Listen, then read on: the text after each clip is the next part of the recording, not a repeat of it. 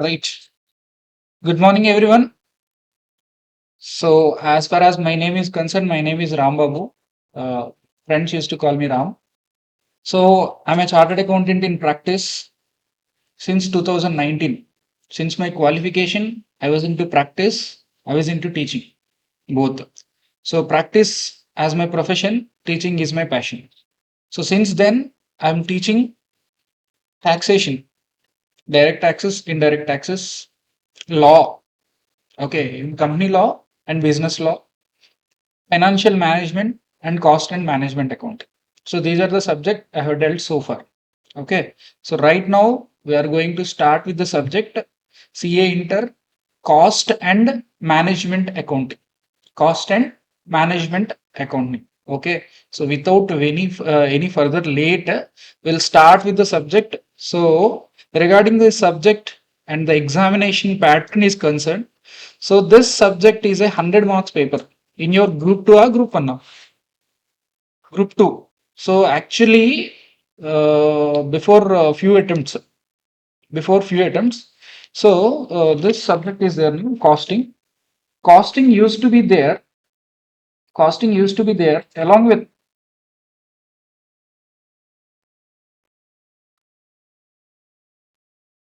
costing is used to be there along with financial management. So which is in group 1,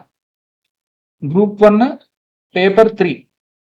Okay, costing and financial management. Costing is for 50 marks, financial management is for 50 marks. So obviously what will happen? So now it is a 100 marks paper. Previously it is 50 marks paper. So if it is a 50 marks paper, syllabus is same. So in 100 marks, financial management 50 marks, costing 50 marks means obviously the volume of the syllabus is more comparatively before. Okay, now what had happened? So the cost and management account is completely taken separately and kept it as a separate paper for 100 marks.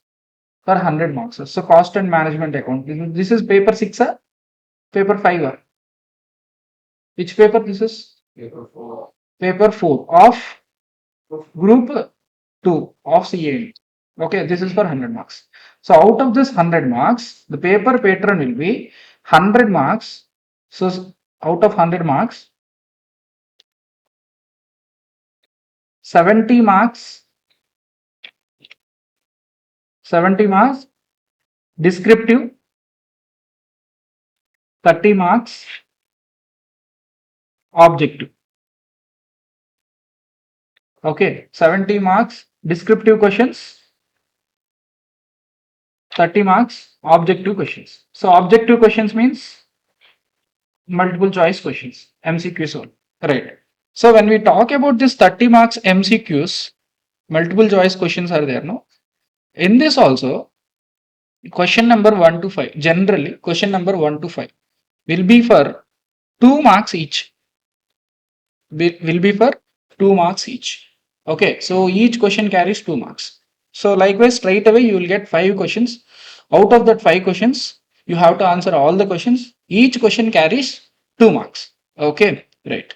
Next 6 to 10 questions will be there. So there will be a case study given. There will be a case study given. So on that case study, 5 questions will be asked. On that case study, 5 questions will be asked. So which will be for 1 mark each. Okay, right. So likewise, from 11 to 15, another case study will be asked, will be given, and 5 questions will be asked. Okay, 5 into 1 mark, which will be 5 marks each. Okay, sorry. 2 marks only. So now it will become 10, 10.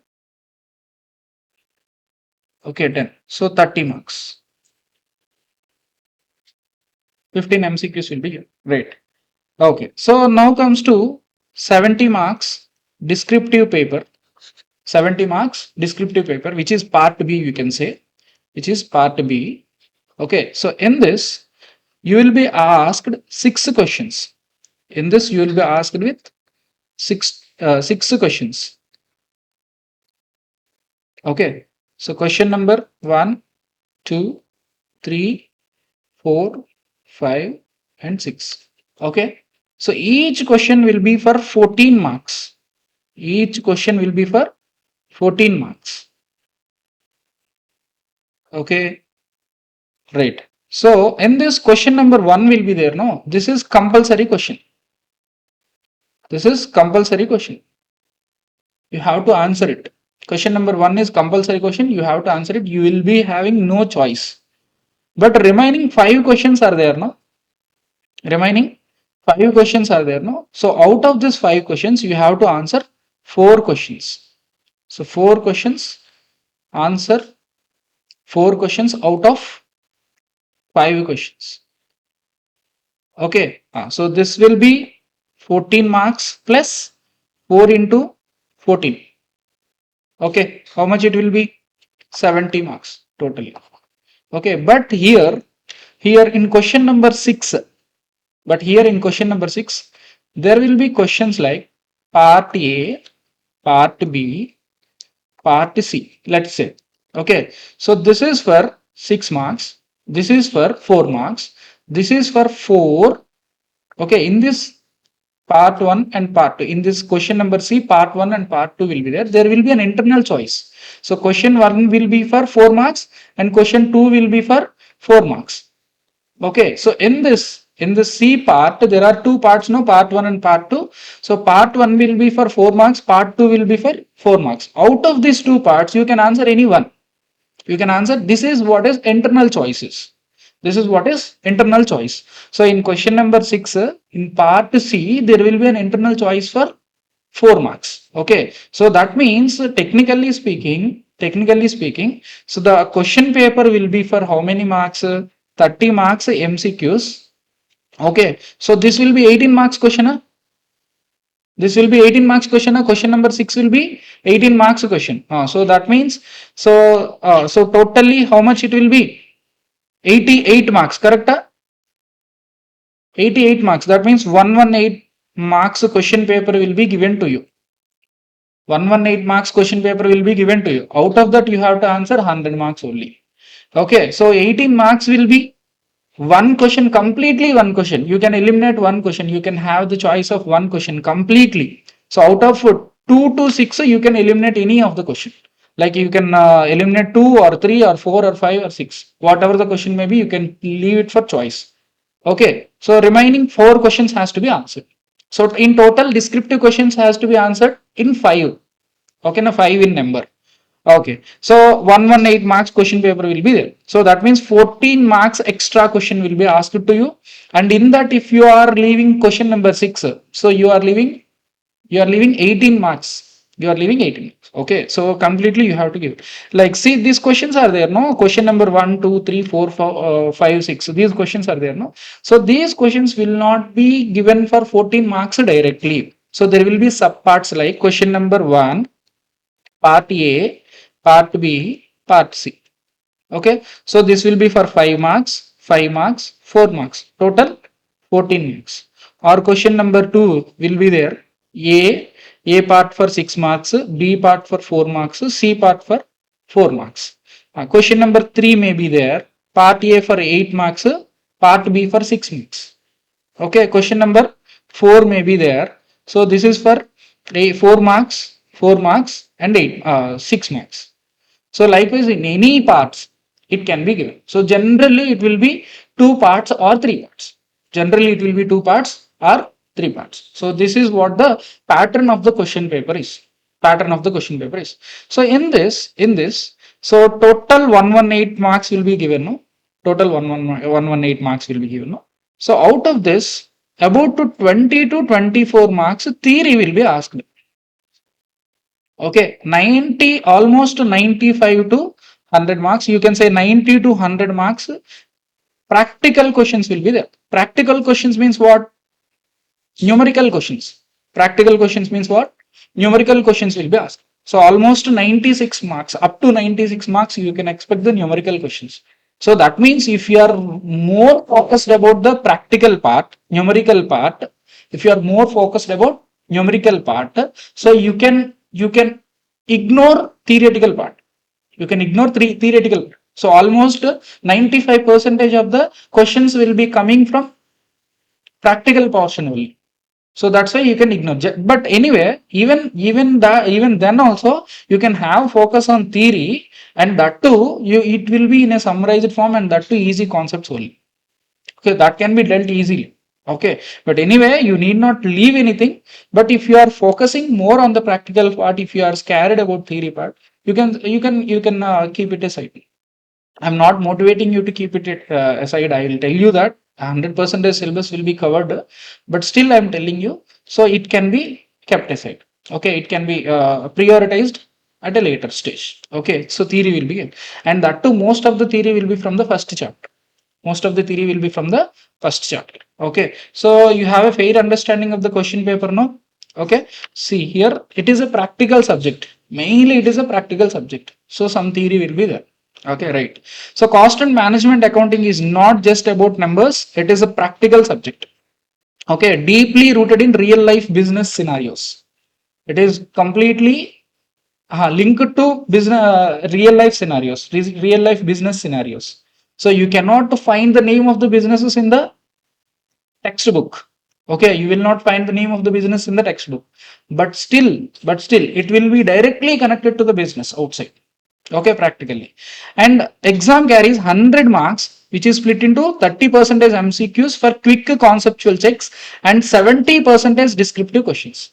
So in MCQs, there will be a advantage and disadvantage. Advantage is what?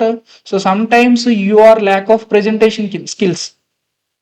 So you can solve the question in the rough or in your brain.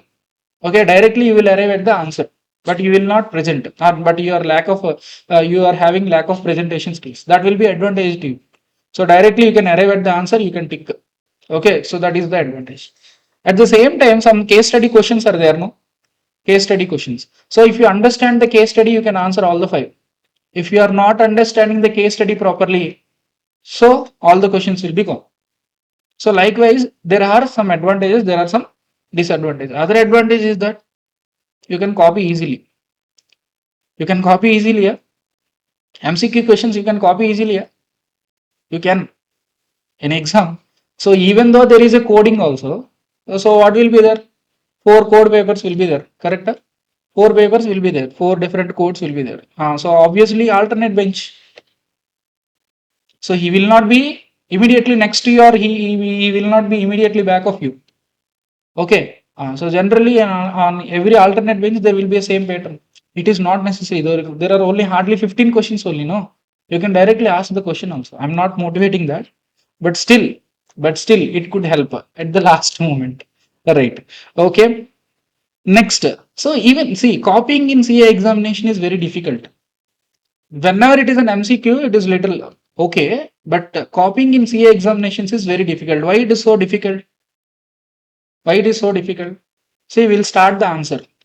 Okay, we will put the heading answer to the question number one. Okay, you will turn the next page, and there you will write working notes one. Okay, so you will start the question in the first page, but you will write in the second page. Later on, you will coming to the first page. Later on to the second page. So likewise, whenever you are turning the paper, no, so the person sitting next to you will not understand what he is writing, how he is writing. So copying is difficult, and you don't have time to show the answer to the next person. You don't have time. So you have to run in the examination. Right. Okay. Next, expect a mix of numerical problems, theory based questions. Both will be there. Numerical problems will be there. Theory based will be there. But 95% numerical problems will be there. Okay. Theory will be, see, theory will be there for 20 to 25 marks, but it can be kept in the choice.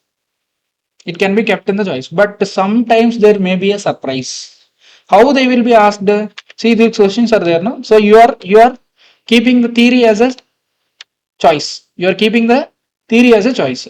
So okay, what they will do? So this compulsory question is there. A, B are practical problems. Question number C is theory. You cannot avoid. 4 marks gone. Okay, so in question number 2, what they will do? 6, 4 and 4 are there, no? So in that B question is theory question. You cannot avoid. If you want to write attempt question number 2, so you have to attempt the theory. So you cannot expect that entire question will be from theory. Okay, there will be a portion of the question, a part of the question which can be from theory. Okay, so in CA exam, completely you have to ignore one thing. What is that? Choice will be there. No, you have to ignore the choice. You have to cover the 100% of the syllabus.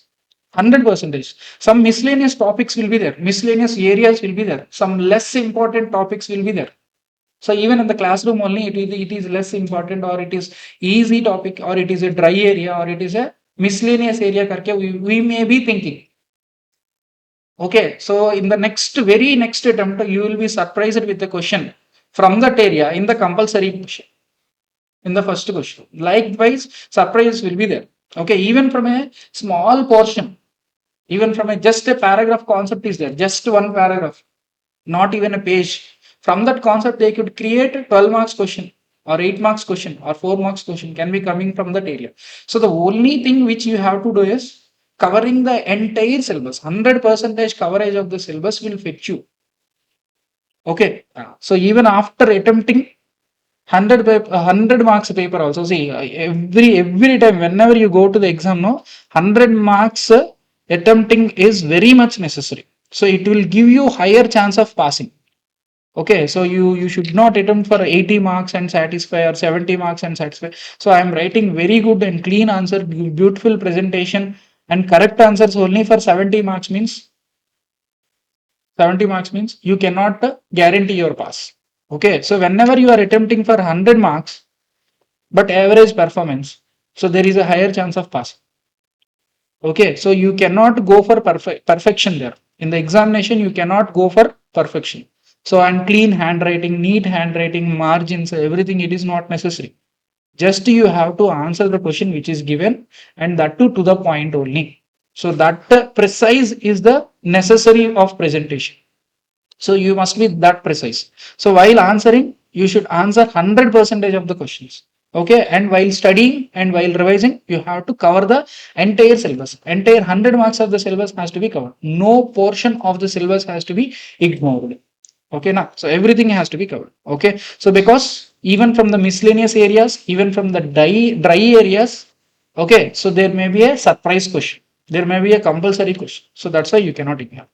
Right. So explicit mix of numerical problems will be there, theory based questions will be there.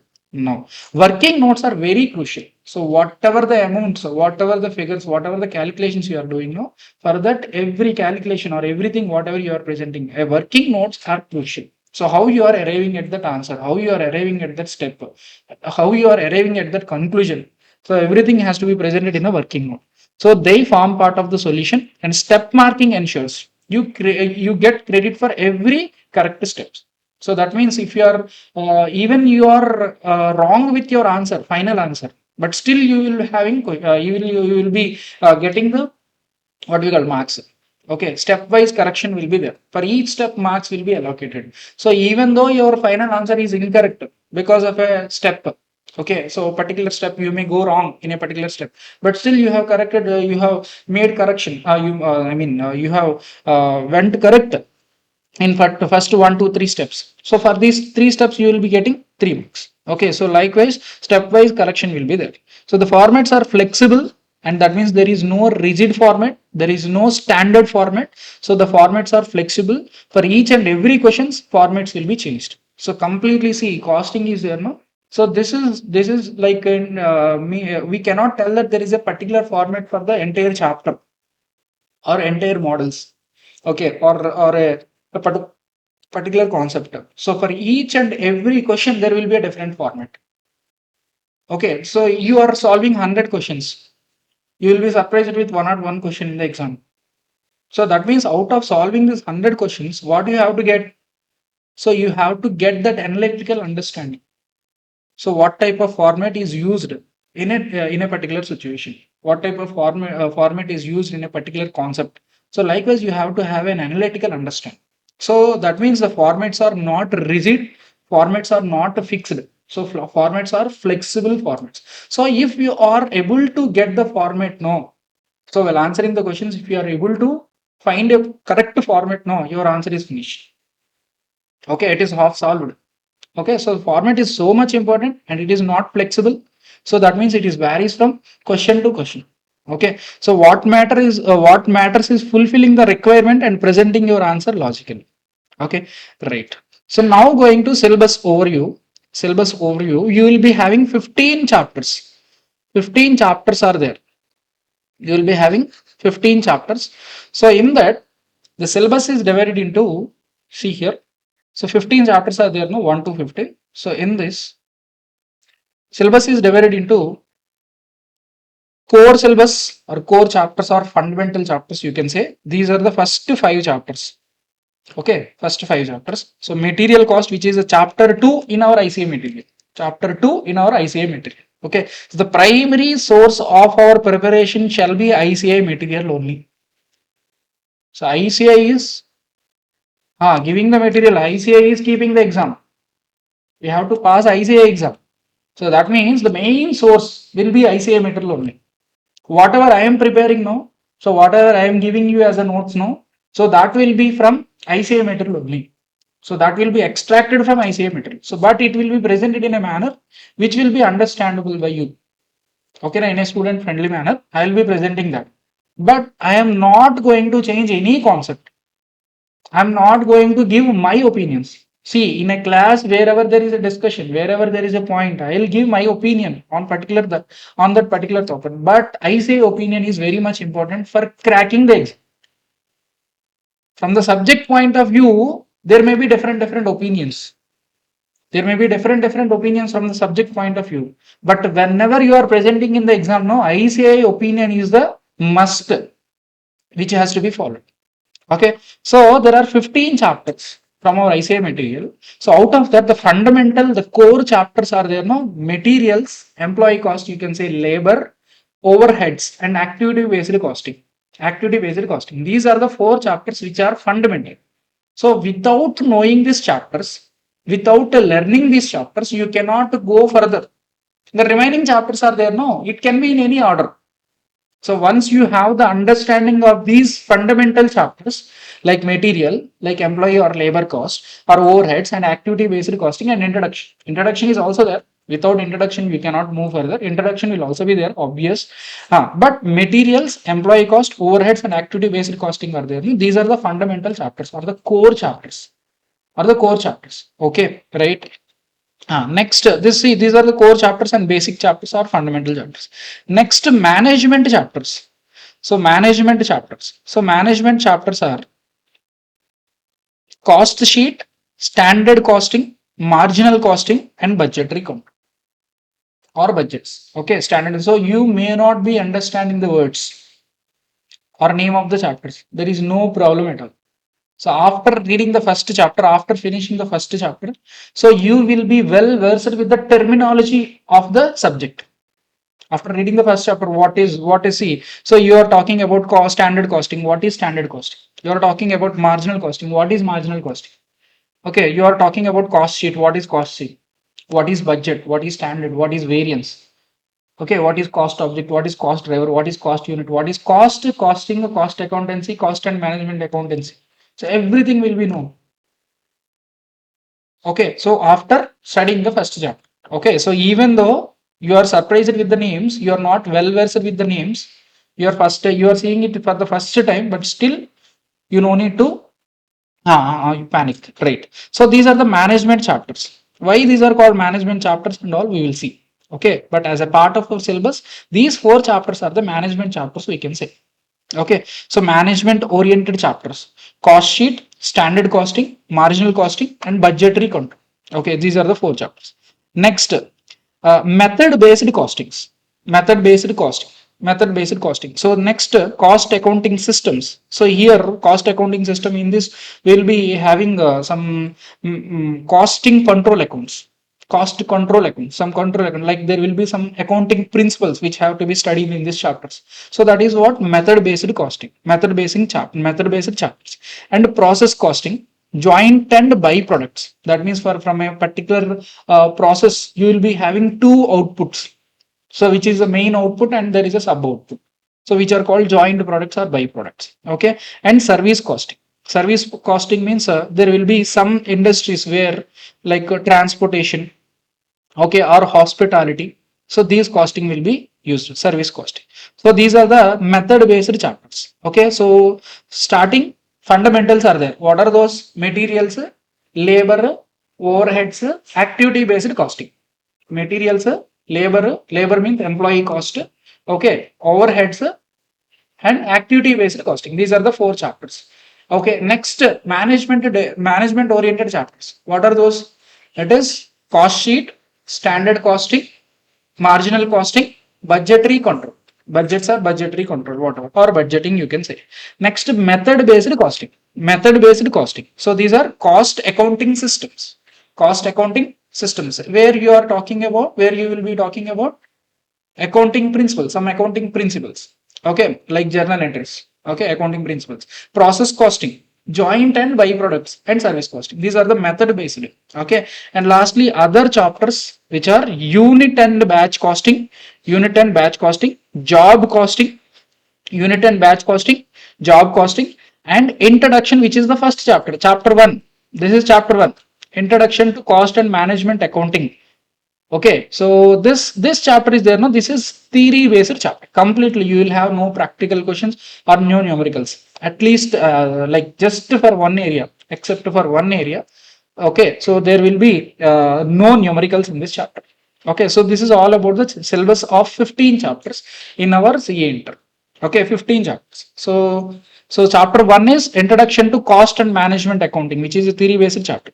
Chapter 2 is materials, chapter 3 is labor, chapter 4 is overheads, chapter 5 is activity based cost. So if you are finished with this 5 chapters, no, fundamentals are over.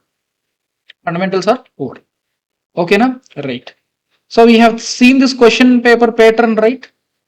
15 compulsory MCQs, each carrying 2 marks. In MCQs, there will not be any choice. Right. Next, straightforward as well as a case based MCQs. Okay, so case study will be given. Out of that, 5 questions will be asked. Next, descriptive questions, 70 marks will be there. Question number 1 is compulsory.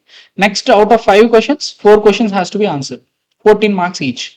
In that, there will be an internal choice for question number 6. Internal choice. Okay, right.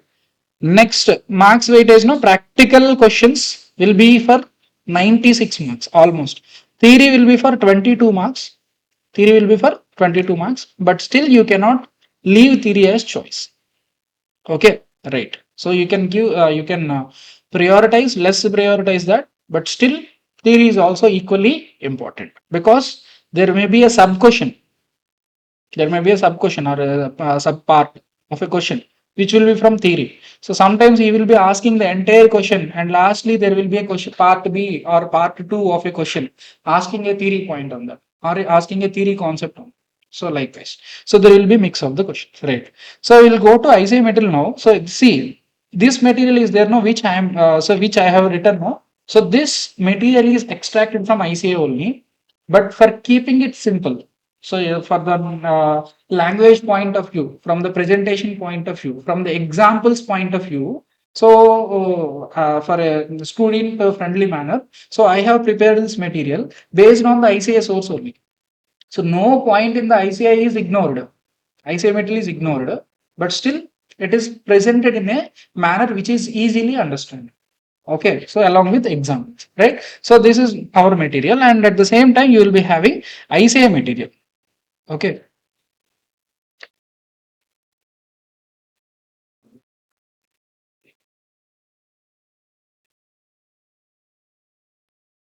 Okay. So in this chapter, so we'll go for the learning objectives now.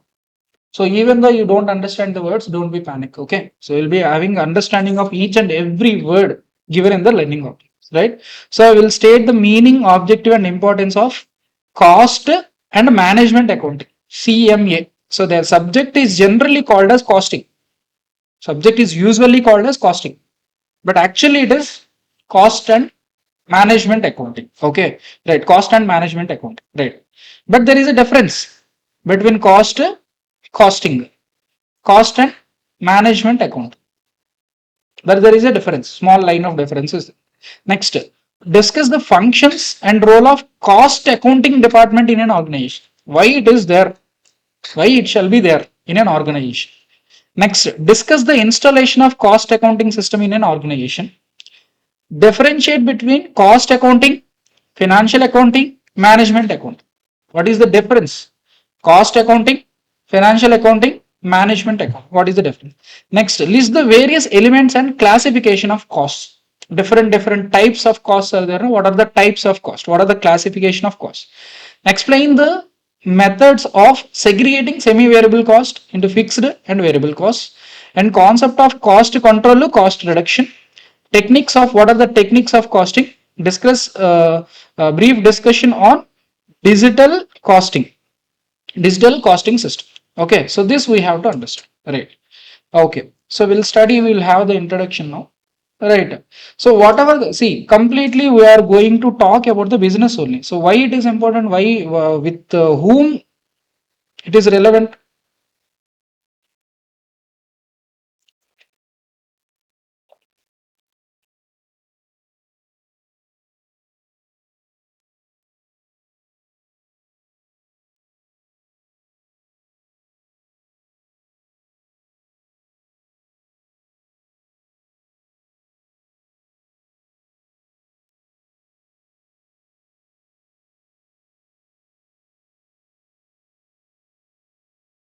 Okay, costing is there, right? So whatever the business it may be, whatever, see, from the point of view of the business only, we have to talk about the subject. Okay, so whatever the concept we are doing now, so completely relevant to business only, completely relevant to business only. So in that business also, so there will be manufacturing activity. So if you are doing business, either it shall be manufacturing activity, or it shall be a trading activity, or it will be a service. Manufacturing activity, trading activity, or a service. So whatever the business you take, whatever the business you take. So let's say this institute is there. Which industry? Which business? Service business. Okay. So this tab is there. Which industry? It may be manufacturing or it may be trade. So if you are into distribution or wholesale or retail, then it is trading. Then it is trading. Or this Panasonic is there. Camera Panasonic is there. So this Panasonic company is there. So that is into manufacturing of cameras. There is a store in this in this street which is selling Panasonic cameras. That means it is into trading. That means it is into trade. Okay. So business may be manufacturing business, business may be trading business, business may be services business. So whatever it may be, okay. So either of these three forms it shall be. Whatever the business may be, either of these three forms. There is no other form. So there may be a mix. So you will manufacture and sell. Okay, you will manufacture and distribute. Okay, sometimes you will manufacture and give service also, or you will trade and give service also. You will trade. See, let's say a car showroom is there. Car showroom is there. So they will bring the cars from the manufacturer. Okay. So they will sell the cars. At the same time, car service will be provided by the same showroom, or bike service will be provided by the same showroom. So that means there is a mix of trading plus service. So for all these industries, we are talking about costing. For all these industries, we are talking about that means all these types we are talking about costing. So it may be manufacturing, or it may be trading, or it may be service. But see, whenever we are studying the concept of costing, but mainly we will focus on manufacturing only, because it is complicated. Activities of manufacturing are complicated. So there will be various lots of departments. So for doing trading, no. So this camera is there. I want to trade. I want to trade the goods. Okay, that means that is cameras, or any laptops or phones I want to trade. So simply establish a shop which is a classroom size. Okay, so I'll bring the goods, I'll sell the goods. That's all. So if you want to manufacture a mobile, if you want to manufacture a mobile, how much plant it shall be? How much is the size of the plant? If you want to manufacture a camera, how shall be the plant? If you want to manufacture a laptop, how the plant size will be?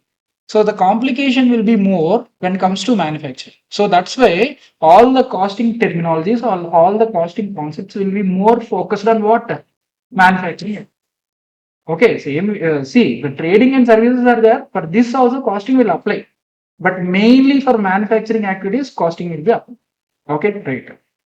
Okay. So whoever it may be, who is doing business will be having a motto of what?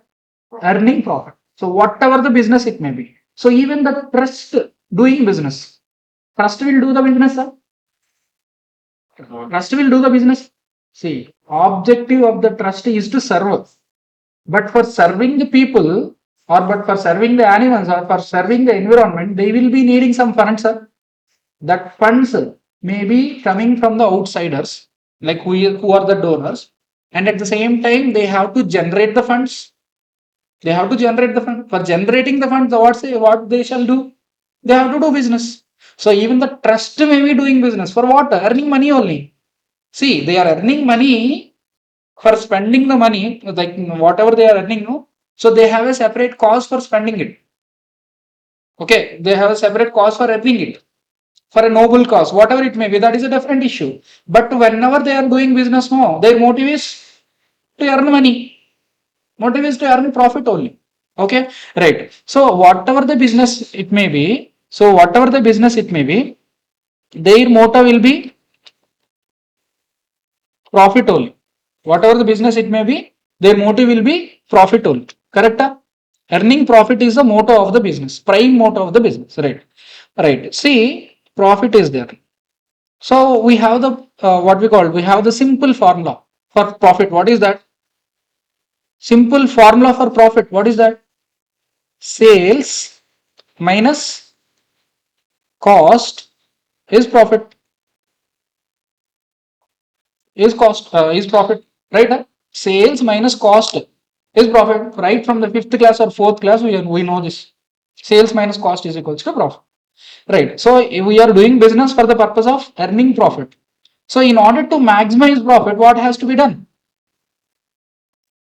Sales has to be increased.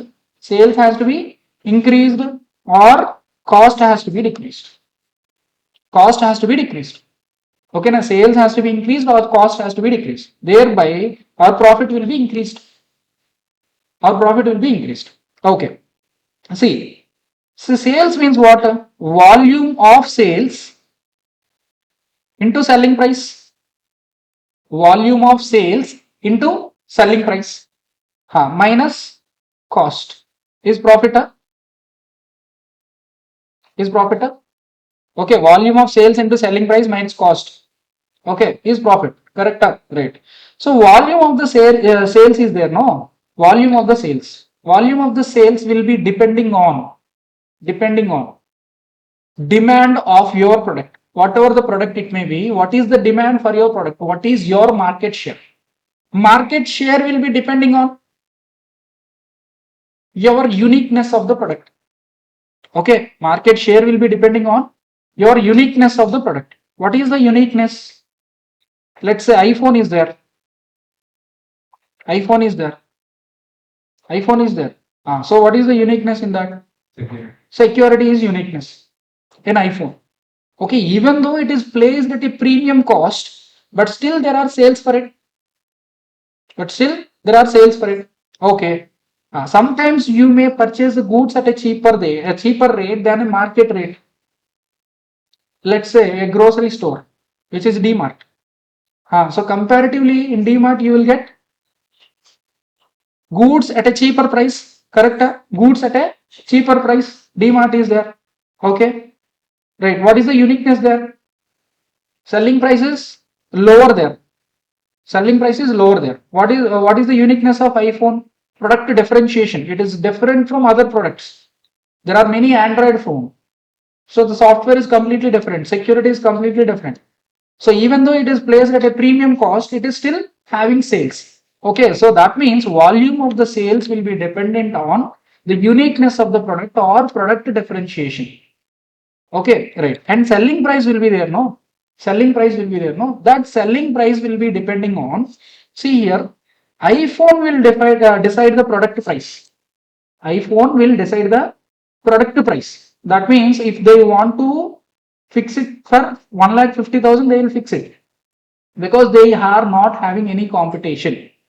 So let's say if it is an Android phone, okay, Android phone, Oppo is there, okay, next Redmi is there, Samsung is there, Samsung we can say somewhat premium, iPhone, Redmi is there, Vivo is there, or OnePlus is there, okay, na, OnePlus is there, okay, so these are the brands. So if they want to fix a price, they can do market fixed the price, market fixed the price. Okay, so that means say 50 MP camera is there, 5000 mAh battery backup is there, 12 GB RAM is there. That means the cost of the phone is 30K. So altogether, if you see in Oppo or Redmi or Vivo or OnePlus, you have to cash the phone at 30K only. So the customer is willing to pay that 30K only, around 30K. 30,500 or 29,500 or 30, whatever it may be, around that price only customer is willing to pay. So that means the selling price is fixed. Okay, now selling price is fixed. So we have seen two examples here. So one is iPhone compared to other phones. One is iPhone compared to other. So in iPhone, what is happening? In iPhone, what is happening? So selling price is fixed. Okay, so selling price means sales. Okay, minus cost, profit. Okay, so whatever the profit they are deciding, whatever the profit they want to earn, whatever the profit they want to earn, they are earning it. They are earning it. Okay, at the same time, this formula is not applicable to other Android phones. Why this formula is not applicable to other Android phones? Here in this case, the selling price is fixed. That means sales are fixed. Sales are fixed. Okay, now cost is there now. Based on the cost only, you will have profit. Based on the cost only, you will have profit. So that means Oppo phone is for 30,000, Redmi phone is for 30,000, Vivo phone is for 30,000. So Oppo will be having 5K profit, Redmi will be having 4K profit, Vivo will be having 2K profit, OnePlus will be having loss. Why it is different? Why it is different? It is different because of their cost. It is different because of their cost. Okay. See, for iPhone is then for iPhone, what is happening here? So they are fixing the price. Okay, minus whatever the cost may be, they will reduce it. Okay, remaining it will be profit. That means profit will be decided. So simply they will do what they will do. Cost will be there. Let's say for 1 lakh. Okay, they want the profit of 50,000. That's why they are fixing as 1 lakh 50,000. 1 lakh 50,000. But here what will happen? Cost plus profit is equals to selling price. Okay, in case of iPhone, it is happening like that. So whatever the cost they are incurring, so on that they want a profit of 50,000, they are fixing a price. So in case of other phones, what is happening? Selling price is fixed. Okay, selling price is fixed. Out of that they have to adjust their cost. Remaining will be profit. So in such type of situation, the profit is different from each unit. That means cost will decide the profit. Correct? Cost will decide the profit. Let's say a water bottle is there. 1 liter water bottle is there. Wherever you go, how much you will pay? 20 rupees. Wherever you go, whatever the brand may be. It may be Tata Gluco, it may be Tata or Copper Water, or it may be Aquafina, or it may be Bisleri, or it may be Kinley, whatever the water bottle may be. How much price you will pay? 20 rupees only. Okay, but Kinley or Tata or Bisleri, whatever it may be. So let's say Kinley profit is 15 rupees. Tata profit is 19 rupees. Bisleri profit is 11 rupees. Okay, our other new player are there. New players are there. They are having a profit of 2 rupees. Why it is different? It is because of their cost. That means selling price is fixed outside. So the market is fixing the selling price here. Market is fixing the selling price here. Okay, but what is happening? Cost is there, no? So the cost is the factor which is affecting their profit. So that means cost means several elements are there in the cost. Let's say for making a water bottle, water is required. Water is required first of all. Water is required. Okay, next bottle is required. Next cap is required. Labels are required. Next stamping is required. Stamping. Next transportation is required. Next hmm? treatment plant is required. Okay, so let's say, so these are the elements which are necessary. So water is, what is the source of their water? From where they are getting the water? Okay, it is from the groundwater, or it is from a reservoir, or if they are purchasing from a municipality now, or from a local panchayat, or from where they are getting the water. Bottle caps is also a factor. Okay, bottles are factor, bottle caps are also a factor. From where they are procuring the bottles, or they do have any separate supplier for it, or they in-house development of the bottles only. Okay, labels, what is their printing cost, what is their packaging cost, what is their transportation cost, all this will be affecting their cost. So each and every element of the cost has to be seen separately, independently, analyzed separately. So wherever there is a chance, we should reduce it. Wherever there is a chance, we should reduce it. And that is an innovative process. Every time you have to look at the process. Is there any value addition? So let's say 10 employees are working at the bottling plus capping. So whether 10 employees are necessary there, whether 10, we are using a machinery, which is a local made machinery. So out of that, the production of the water bottles are getting lesser. So if you implement an imported machinery, so the production will be, capacity will be higher. So that alternative option has to be considered in an innovative manner. So what are the processes which we could replace? So what are the processes which we could automate? Or what are the cost elements which we can eliminate? What are the best transportation plans that we have to make, and then our cost will be coming down, and then we will have a profit. Okay, now, so that means the cost is a very important element which will affect our profit. So which will be the main motto of our business. So this formula, simply sales minus cost, is not beautiful for every organization or every company.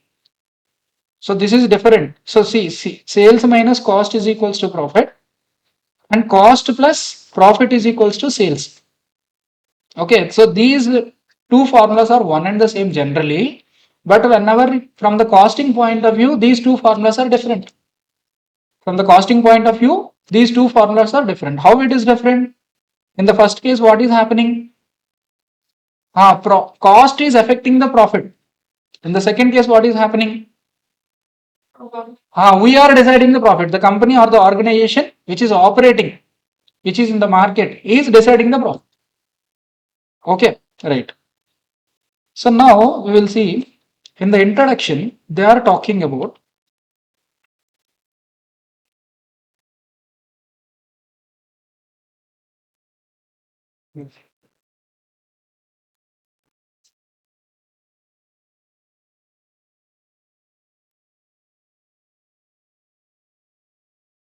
okay.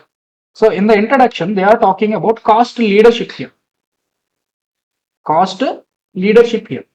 Cost leadership means what? Cost leadership means what? Cost leadership means cost leadership means implies producing the goods or provision of services at a lowest cost. At a lowest cost while maintaining the quality. While giving the same quality of the material, whenever you are going to reduce the cost, that is what is called cost leadership. How Tata Glucose is earning 19 rupees on a bottle when compared to other producers, like other producers are earning only 2 rupees, or Bisler is earning only 11, while Tata is earning 19 rupees. Okay, comparatively, how Tata is earning 19 rupees? Because they are having a cost effective mechanisms. Okay, now, so which they have reduced their cost to 1 rupees per bottle. So that's why they are having a profit of 19 per bottle. So which is called cost leadership. Okay, right. So this is a competitive, generic competitive strategies. Okay, has described cost leadership as one of the three strategic dimensions. Three strategic dimensions. Others are product differentiation, focus or niche, to achieve competitive advantage in the industry. To achieve the competitive advantage in the industry. Competitive advantage means what? So you will be having more market share. Market share means what? Number of units of your products are more selling, which is nothing but more market share. More market share mean what? Let's say, see this coronavirus has come, which increased the use of sanitizers and masks. Okay, now there are many sanitizer manufacturers are there. Manufacturers are there. Okay, so let's say 1 crore 50 lakh units of the sanitizers has been sold. 1 crore 50 lakh units of the sanitizer has been sold. There are many players. There are many players. Let me know a different what we call name of the product. Dettol is there. Dettol sanitizer. Other sanitizers you tell me. Savlon is there. Other any other? So other every pharmacy company will be having a sanitizer. Huh? Apollo. Okay. Right. Say let's say this is a different brand. Okay. So this out of this 1 crore 50 lakh units are there. So Dettol is selling 1 crore units. Total 1 crore 50 lakhs units has been sold. Dettol sold, out of that Dettol sold 1 crore. Savlon sold 40 lakhs. The remaining 10 lakhs has been sold by this company. That means this is what is called market share. Market share means what? 1 crore divided by 1.5 crores. Savlon market share 40 lakhs divided by 150 lakhs. Apollo's is 10 lakhs divided by 1 crore 50 lakhs. This is what is called market share. Market share means number of units being sold. The market share shall be higher. Okay. At the same time, if the selling price is fixed, generally market will decide selling price. So whenever there is a product uniqueness, product differentiation, there is a unique feature in the product, then only there will be a price differentiation. Otherwise, the prices will be fixed. So if you want to purchase a pen, which is used through pen, how much you will pay? 3 to 5 rupees maximum. So you will not spend 20 rupees or 50 rupees on a use and throw pen. Correct? So that means market is fixed for that price. Customers are fixed for that price. So what you have to do, if you want to do that business, what you have to do? You have to reduce your cost. Then only you will be in that business. Otherwise, you will be ending up making loss. Okay, so the product leadership or the competitive advantage will be coming to you, or cost leadership will be there whenever you are producing goods or provision of services at a lowest cost possible. So whenever you are having a lowest cost, but still there will be a chance for further innovation, further lower reduction of cost. Okay, so that is what is called cost leadership. Other than, see, there you cannot compromise on the quality. The same quality has to be delivered, but the cost effectiveness of the cost has to be reduced, which is called cost leadership. Okay, so to have a better competitive price. So competitive price. So see, at the same time, see, Savlon is there, 40 lakh units they are selling. So price is fixed. Let's say they are 100 ml bottle they are selling for 100 rupees. So now Savlon came up with a bottle of 100 ml quantity for 50 rupees, means obviously their market share will be higher. Market share will be higher whenever they are reducing the price. But this will happen whenever Savlon cost of making the product is lesser than 50. When the Dettol is spending 80 rupees for the product, Savlon has to spend 40 rupees only. Then only they can sell it. So whenever there is a cost leadership means what? Making the product at the lowest possible cost is called cost leadership. So whenever you are having cost leadership, then you can offer the same product, same quality product, same product at cheaper cost. Then obviously what will happen? Your market share will be increased. So this 40 lakh will become 1 crore. This 1 crore will become 40 lakh. Obviously no. So this is what is called cost leadership. So in a business environment where each entity is thriving to achieve apex position, that means top position, not only in domestic but global competitive market, it is essential for the entity to fit into the three competitive strategic dimensions. Cost leadership, also in line with the subject cost and management accounting, can be achieved if an entity has a robust cost and management accounting system in place. So that means in order to achieve, see, first of all, you know and understand the concept of and importance of cost. Okay, so cost leadership also you know. So what is cost leadership? Making the product at a lowest cost with the same quality. This is called cost leadership. So what the cost leadership will bring you? It will bring you price advantage, which is nothing but competitive edge or competitive pricing. That means you can keep your product at a lower cost when compared to competitors because of cost leadership. What is cost leadership?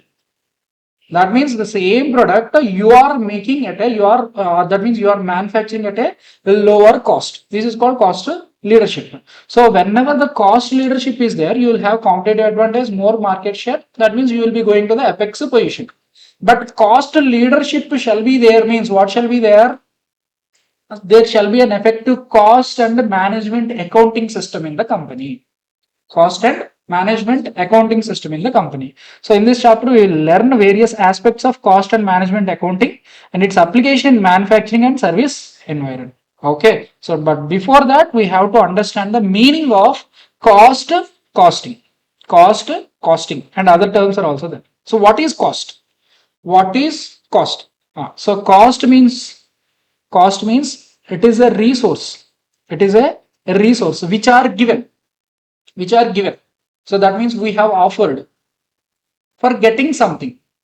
For getting something. Cost means it is a resource which is offered to others for getting something. Resource means it is not necessarily the monetary resource.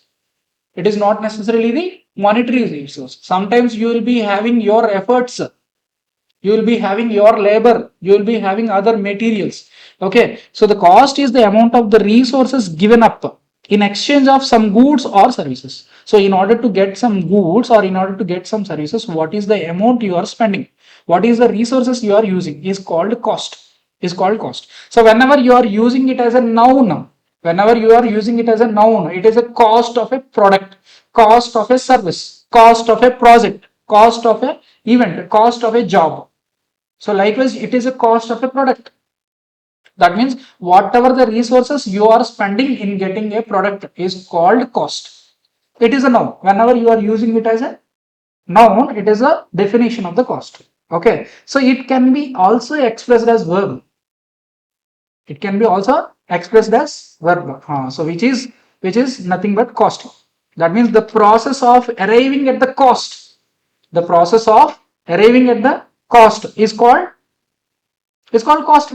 Process of arriving at the cost is called is called cost. What is cost?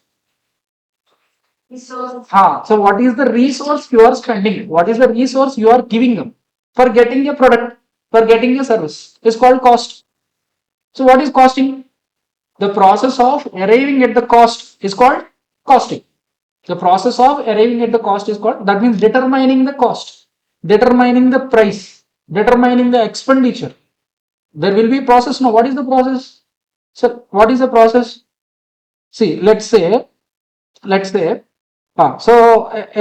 person who is manufacturing or who is distributing laptops, that means he is trading laptops.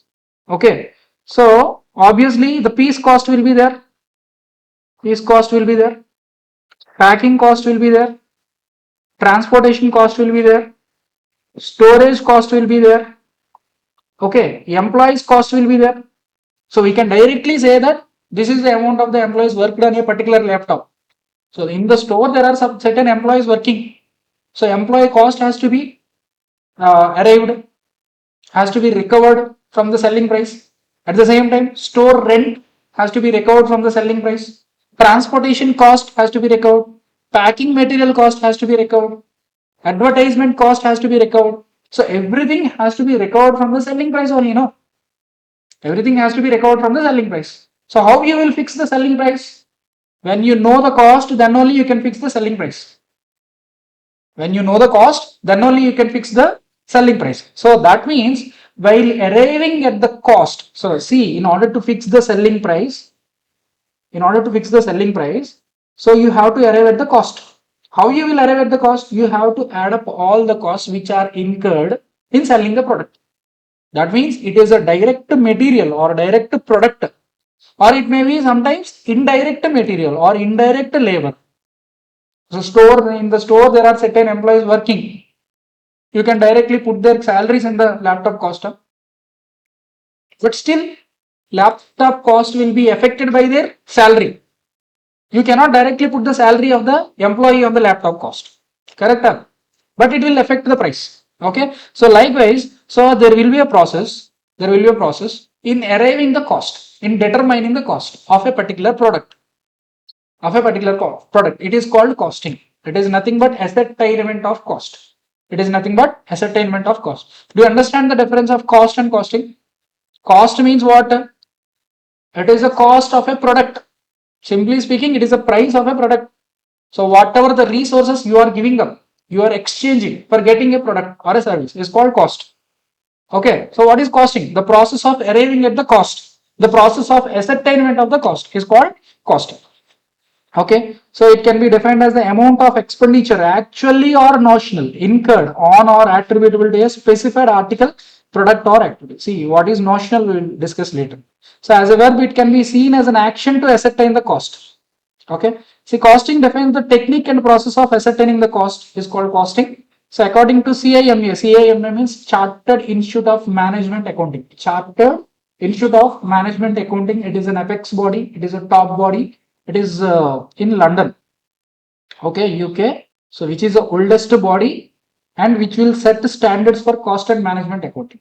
Okay, so this is Chartered Institute for Management Accounting. As per that, an organization's costing system is the foundation of the internal financial information system for the managers. Internal financial information system for the manager. It provides the information that the management needs to plan and control the organization's activities and to make the decisions about the future. So first of all, what is costing? It is a technique or it is a process of arriving the cost. So why you need to arrive at the cost? Why you need to arrive at the cost? There are many objects. There are many objectives. Okay, we'll study.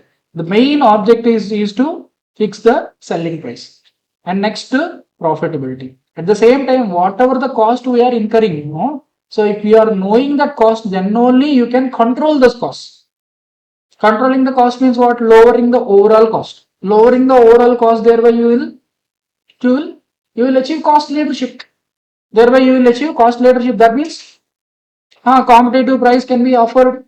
Then you can go to the apex position. Obviously, the ultimate profit making goal will be achieved by controlling the cost. Okay, so the entire process will be depending on the costing goal. So how see this costing is there now for each and every element of the cost we are arriving at a particular cost. So for each and every element, that means there is a breakup. See, from the production department, this is the cost.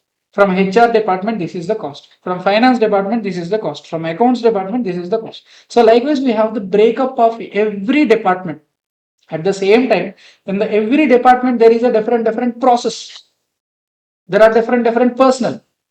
Okay, so likewise we have different breakups of the cost. So we can choose from those costs. So this is whether it is really necessary now, whether the 10 member of employees are working in the accounts department, those are really necessary for handling the accounts. In the finance department there are 10 people working, are they really necessary?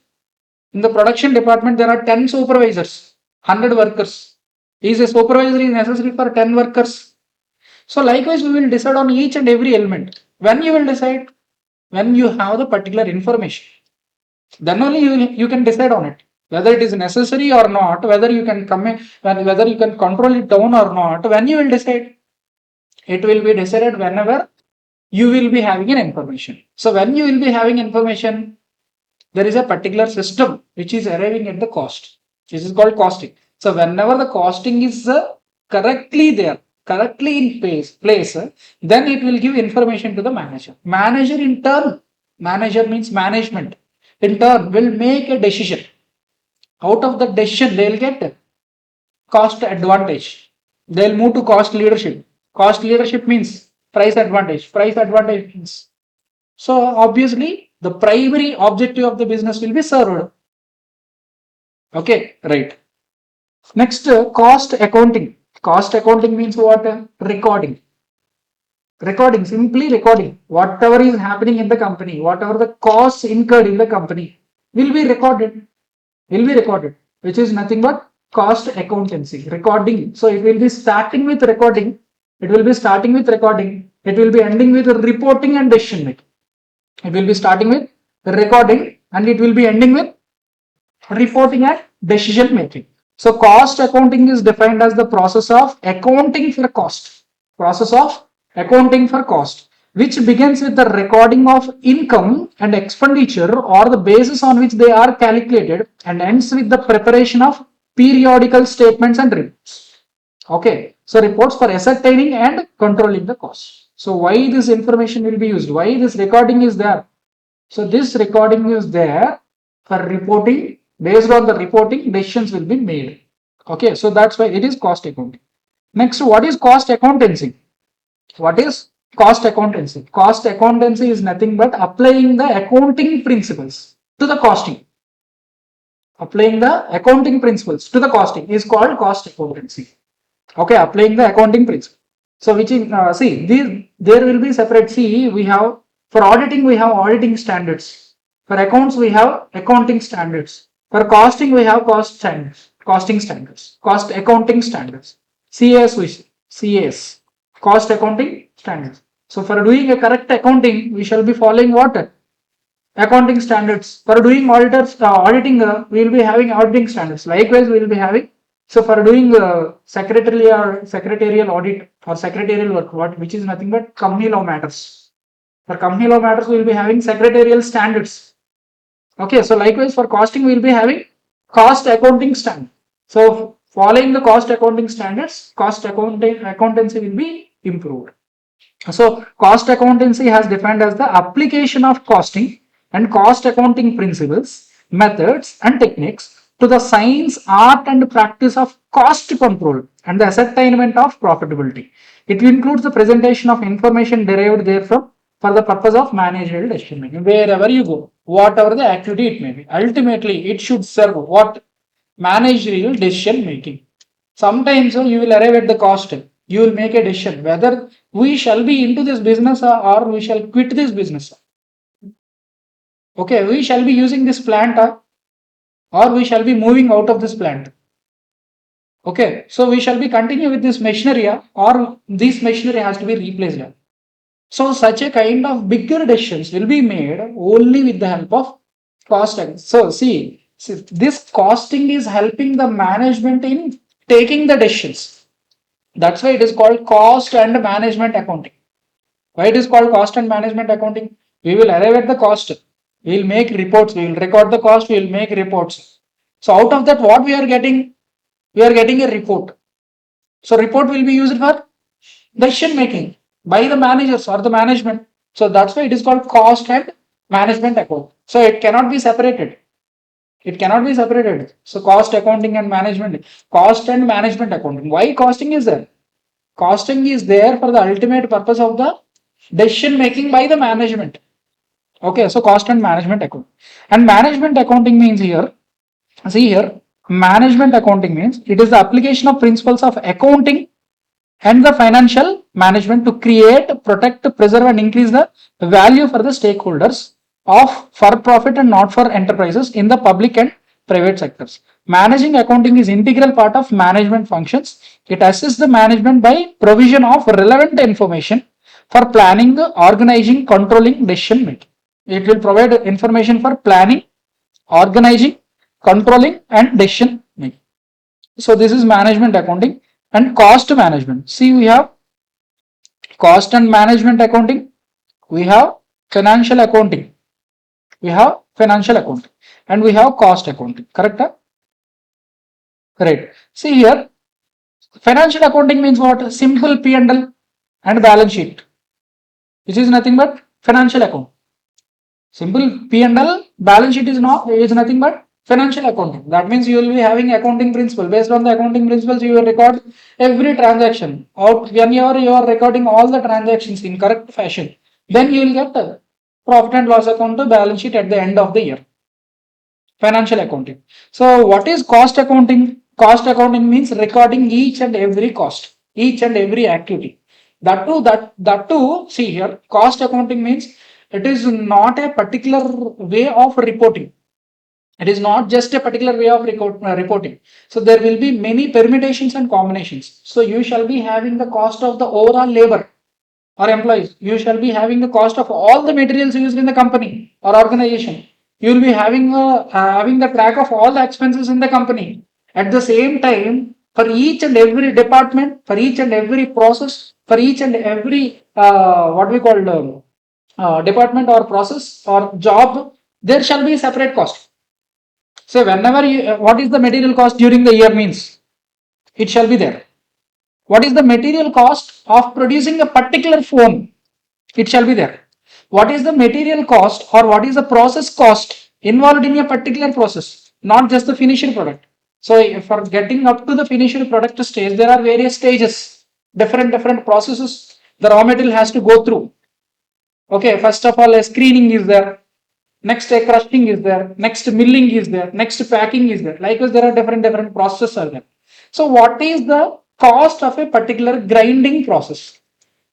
What is the process of what is the cost of a particular packing? What is the cost of just the raw material to a semi-finished product? So, likewise, for every breakup, for every department, for every process, for every job, there shall be a separate costing. So, which is nothing but cost accounting. It is not just a particular formula. So, it will be generally dealing with all the departments, all the products. For a particular product, what is the cost? So, like for a particular service, what is the service? For particular process, for particular department. So, what is the cost of a finance department in this financial year? What is the cost of accounts department? What is the cost of HR department? What is the cost of production department? What is the cost of factory? What is the cost of office? So likewise, there shall be a different breakups, different permutations and combinations of the costs. So in all these combinations, it will serve the department or it will serve the manager. Otherwise, it will not serve. So simple financial accounting is already there with you. What not will be there in a financial accounting? See, if you go to a P&L account, everything will be there. No, sales will be there, opening stock there, closing stock there, purchases there, gross profit there. Indirect expenses are also there. All the items in a breakup is there. But why you want the cost accounting to be in place? So that means we will observe each and every process. We will observe each and every department. We will observe each and every job. We will observe each and every product, each and every service. So everything will be seen in a keen manner on day-to-day basis, on daily basis. So each and that too per unit level we will see. Per unit level for this unit, each paisa of the expenditure will be seen. Each paisa of the expenditure. See, let's say electricity unit cost is there 5 rupees 50 paisa. So we are getting it at for 5 rupees 25 paisa. That 25 paisa is also matter for us because we are consuming 2 lakh unit per month. It could save you 50,000 rupees per month. Okay, so likewise, each paisa of the expenditure in a particular element, see, it may be electricity, or it may be factory rent, or it may be depreciation, or it may be a process department, whatever. So that type of keen information is necessary for doing cost accounting. For doing cost accounting. So ultimately, it will serve the management accounting, management decision making. Okay, so cost and management. So financial accounting is just the overall understanding of the entity. You will have gross profit, you will have net profit. That's all. For a particular product, what you are getting. For a particular service, what you are getting. For a particular department, what is the cost. From a particular department, what is the revenue. So likewise, you will not get the information. From the costing only, you will get the information. So which will serve the management. Financial information is there, no, which will serve the stakeholders, shareholders, bankers, and all of them. Even bankers will use cost accounting also, but still, generally it will be used by the stakeholder. Overall, business is there. So I don't want to go into the details of the business. So what is the raw material they have procured? So instead of using raw material A, raw material B is enough now. So likewise, I don't go into the details as a stakeholder, as an investor, as a shareholder. I just want to see my return on investment. What is the company's performance? Whether I'm getting dividend or not, whether I'm getting the required growth or not. I have invested 10 lakhs or 10 crores of amount in this. Whether I'm getting at least 15 percentage or not, because my index funds is offering 12 to 15 percentage. Fixed deposit is offering 8 percentage. Whether I'm meeting this or not. So that will be my thinking. As a stakeholder, as a shareholder, that will be my thinking. But as a business owner, in order to increase the return on investment, what you have to think by increase, you want to increase the return on investment, you have to increase the return on investment. What do you have to think? So you have to think each and every process. You have to see each and every cost. So whenever you are closely observing these processes, no non-value activities, non-value added activities. There is no benefit from such activity. There is no benefit from such activity. So that type of activities will be eliminated whenever you are closely observing that. Okay, so that kind of information will be given by what? Cost accounting. Whenever you are doing cost accounting, no, then only you will get all this type of information. Without that information, you cannot cut your cost down. Without cutting the cost down, you cannot achieve competitive advantage. So the entire syllabus will talk about what? Costing. Costing. Why you want cost? Why you want cost? The management will be informed. Okay, which helps in decision making. By decision making, what will be there? May we achieve cost leadership. We will take decision also whether ఈ business లో ఉండాలా లేదా, whether to continue in this business or to quit this business, whether to continue this product or quit this product. Okay, so likewise we will make decisions, so based on the information. Okay, so this is what is cost, right? So now we have the objects of cost accounting. We'll continue. We'll have a break. Right. So we'll stop here. We'll meet tomorrow.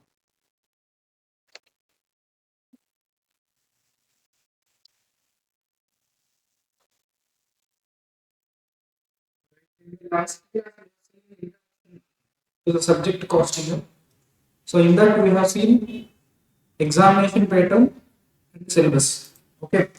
Later on, we started with this introduction to this chapter, cost and management accounting. Okay. So in that we have seen the introduction part where we discussed about cost leadership. Okay. So before going there, what we have studied, just the formula of profit. So which is general formula of profit, which is selling price minus cost price. Correct? Selling price minus cost price, which is profit. Okay.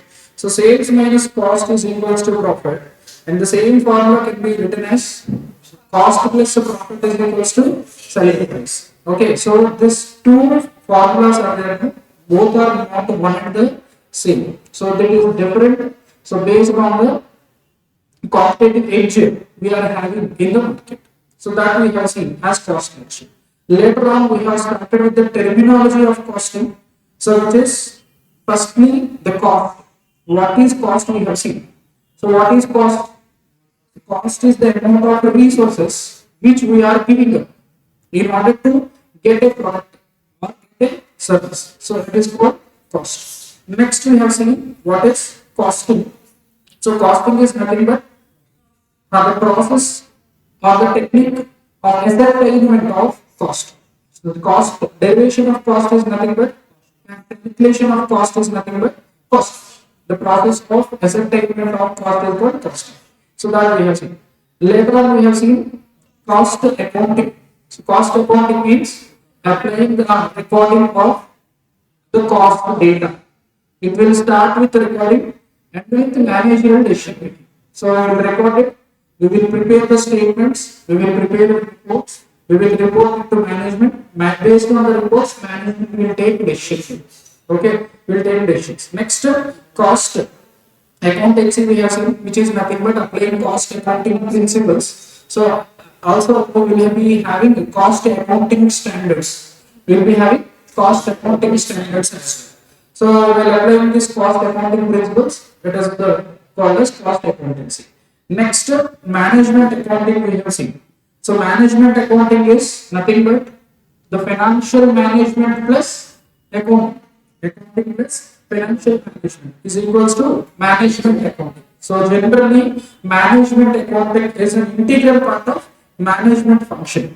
Okay, now it is an integral part of management function. So management should be having some information to make decisions. Okay, so those decisions will be taken by the management only depending on some customized data.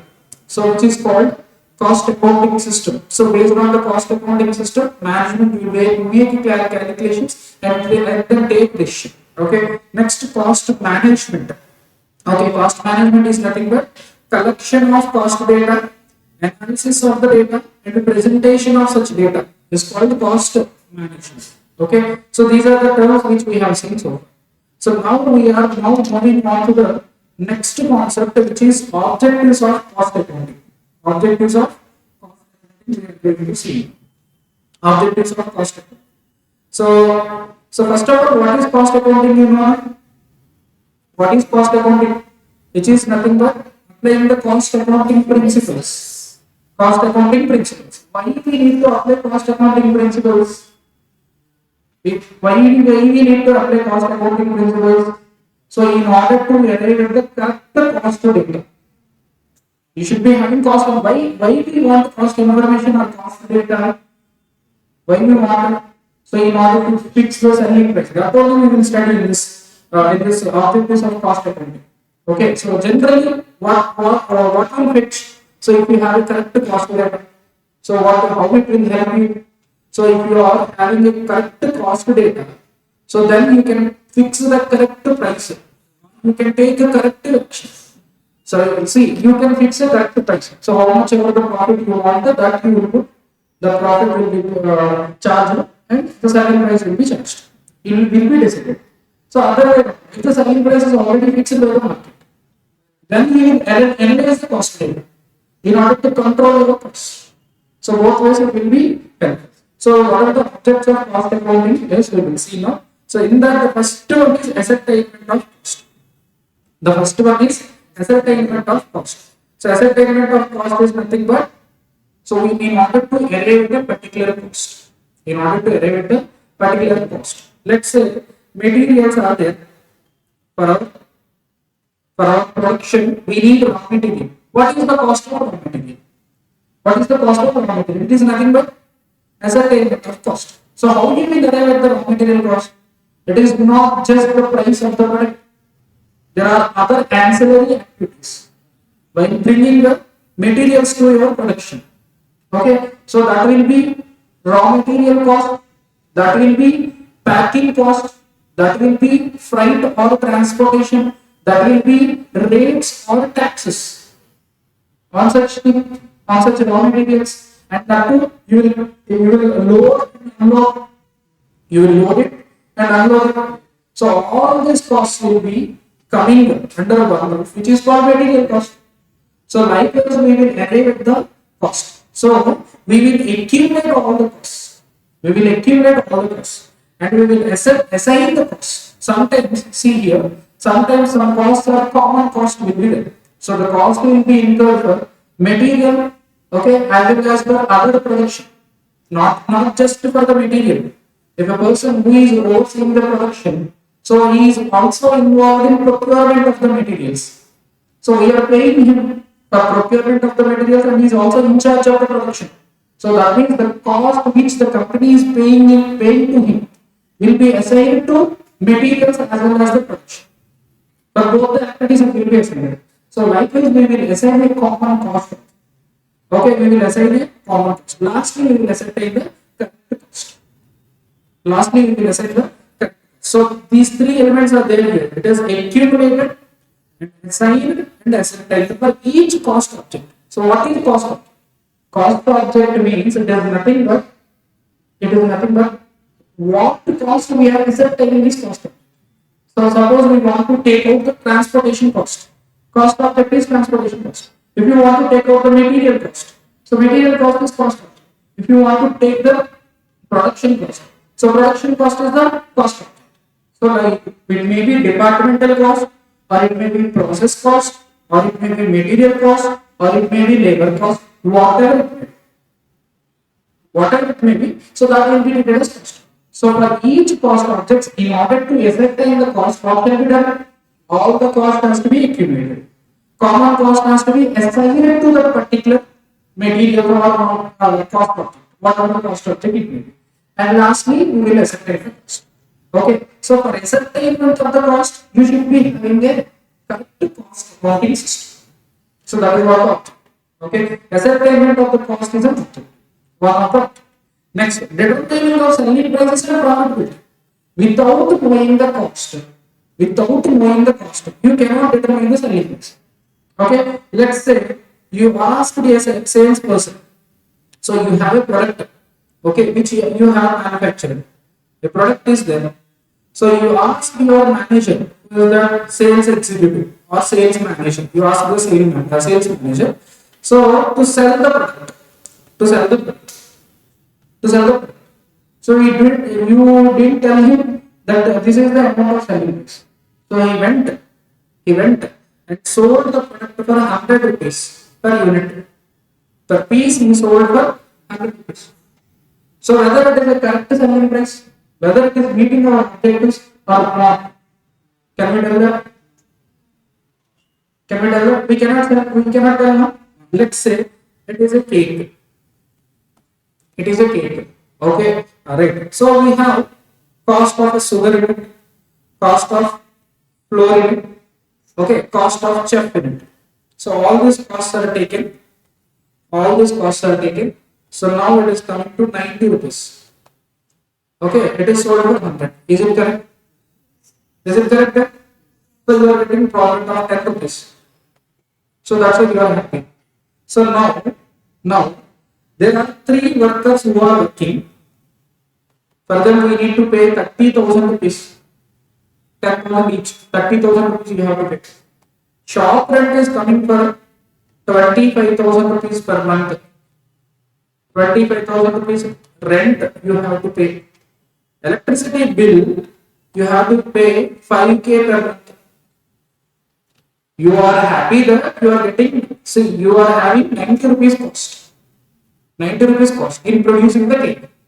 So you are happy that it is selling at 100 rupees. So 10 rupees is your profit. That you are in that you are thinking. So let's say 1,000 cakes has been sold this month. How much you are getting? 1,000 into 100 you are getting 1 lakh. So out of 1 lakh, 90,000 is your cost. Okay, so 10,000 is your profit. So out of this, what you have to do? So you have to pay salaries, you have to pay rent, you have to pay what is this electricity bill? All this you have to maintain as well. Okay, so all this you have to pay. So that means, so these are the common costs. So this costs are common costs. It is not directly related to the production of the cake. So these 3 workers are there. One will be there at the counter. One will be packing.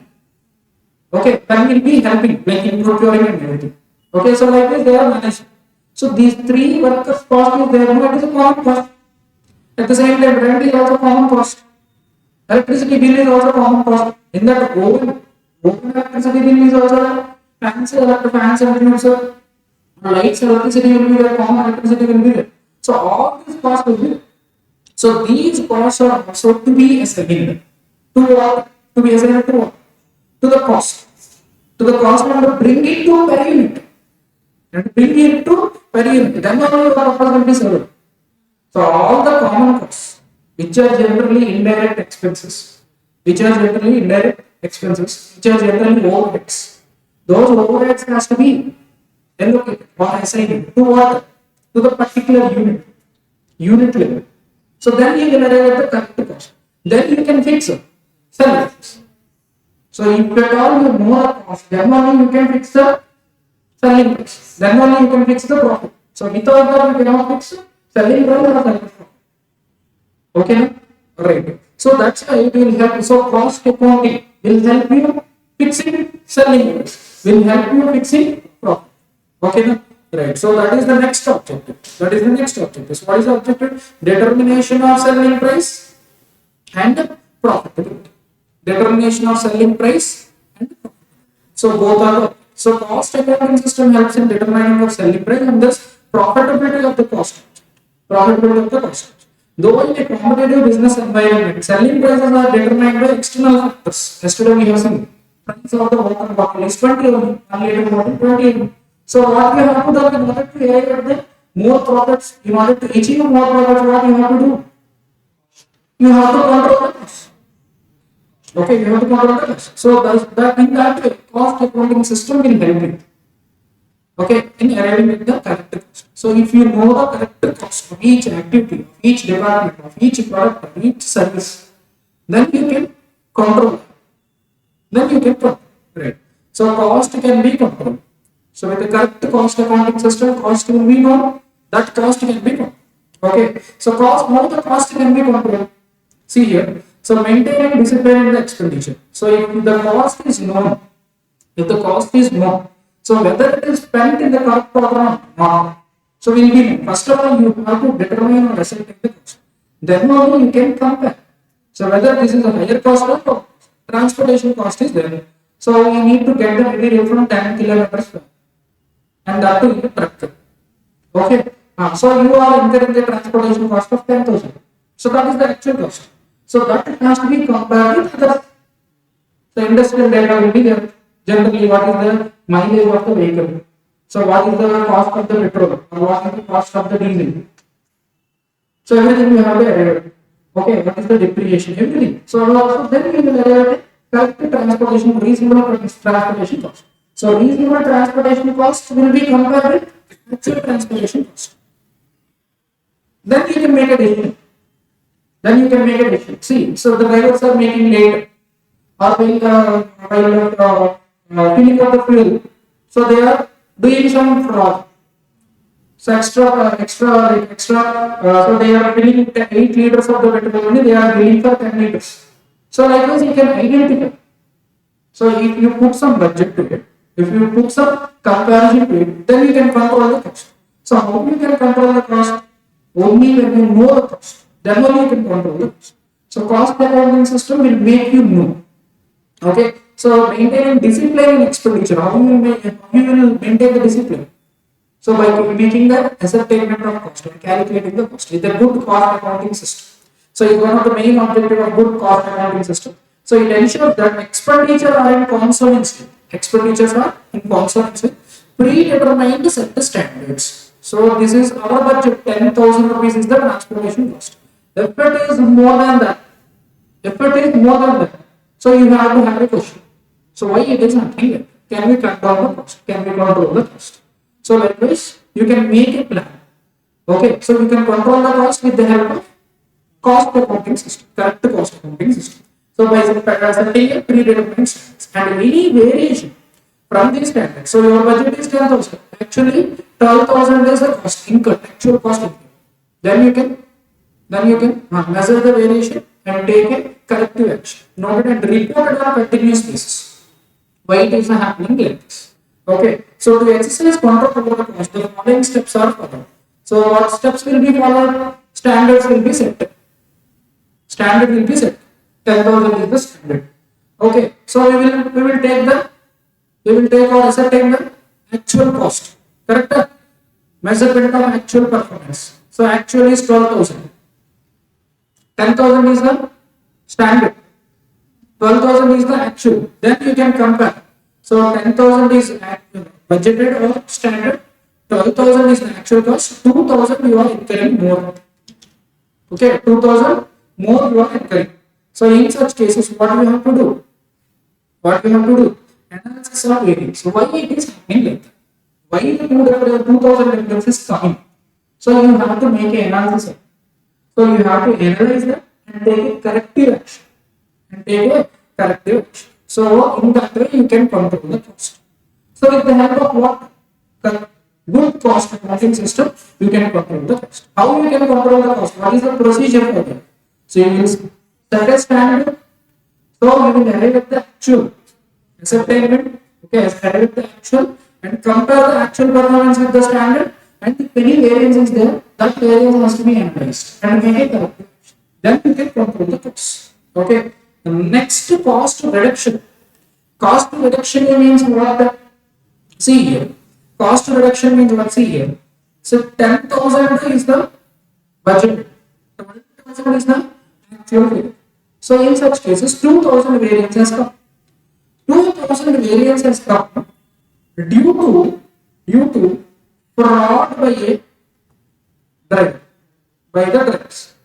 Due to fraud by the drivers. So you can take corrective action by changing the driver or warning the driver or putting some.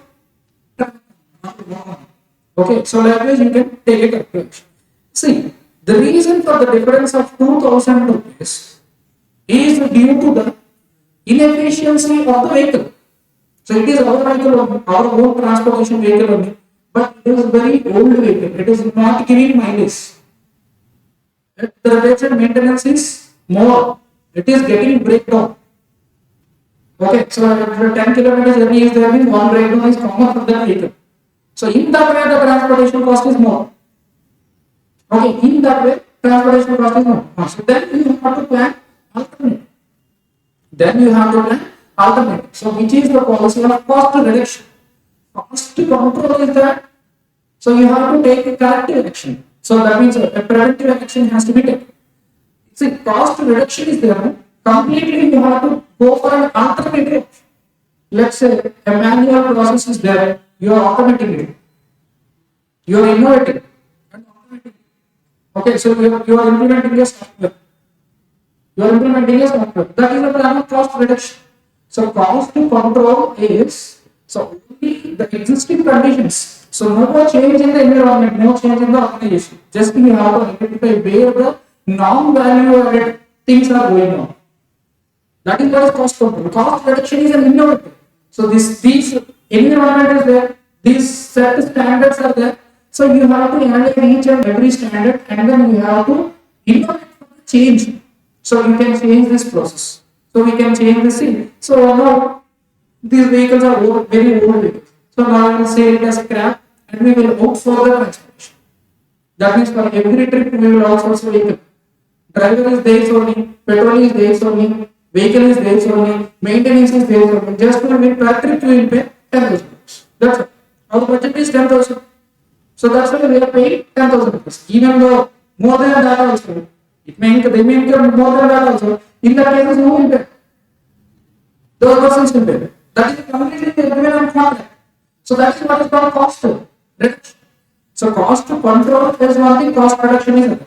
Cost to control in the given set of conditions. In the given set of conditions, you have to take a preventive measure. Cost reduction is what you have to take an innovative change. Okay. So in that way, so you can see value chain analysis we have to do. So value chain analysis means you have to observe each and every step in the process, right from procurement of raw materials to ultimately selling and distribution. Okay, the entire process will be there. So those process will be analyzed at each and every steps. How the process is going on, how many persons are involved, what is the material consuming, what is the time consuming, what are the machines used, what are the vehicles used. So likewise, everything has to be analyzed. Unnecessary change, unnecessary incident, unnecessary activities are there. So those must be seen. Some workers are there extra. So 7 workers are enough for doing their work, but 10 workers are moving there. So you can use the 3 resources alternatively, or you can fight them. Okay, so what else? See, we are purchasing raw materials from a supplier A. Okay, so from a particular city we are purchasing. So he is giving it for a particular price. So we will compare the prices of other suppliers also. Same quality of the material is being provided by other suppliers. So that means entire value chain has to be analyzed. Entire processes has to be analyzed. That means you need to know each and every cost. Each and every cost. So in the chain. Okay, so if you know those costs, then why you have? So you can reduce. Okay, so value chain analysis has to be made. So value added activities, non-value added activities has to be seen. Value added activities means what? Without this activity, production process will not happen. Or our business will not sustain.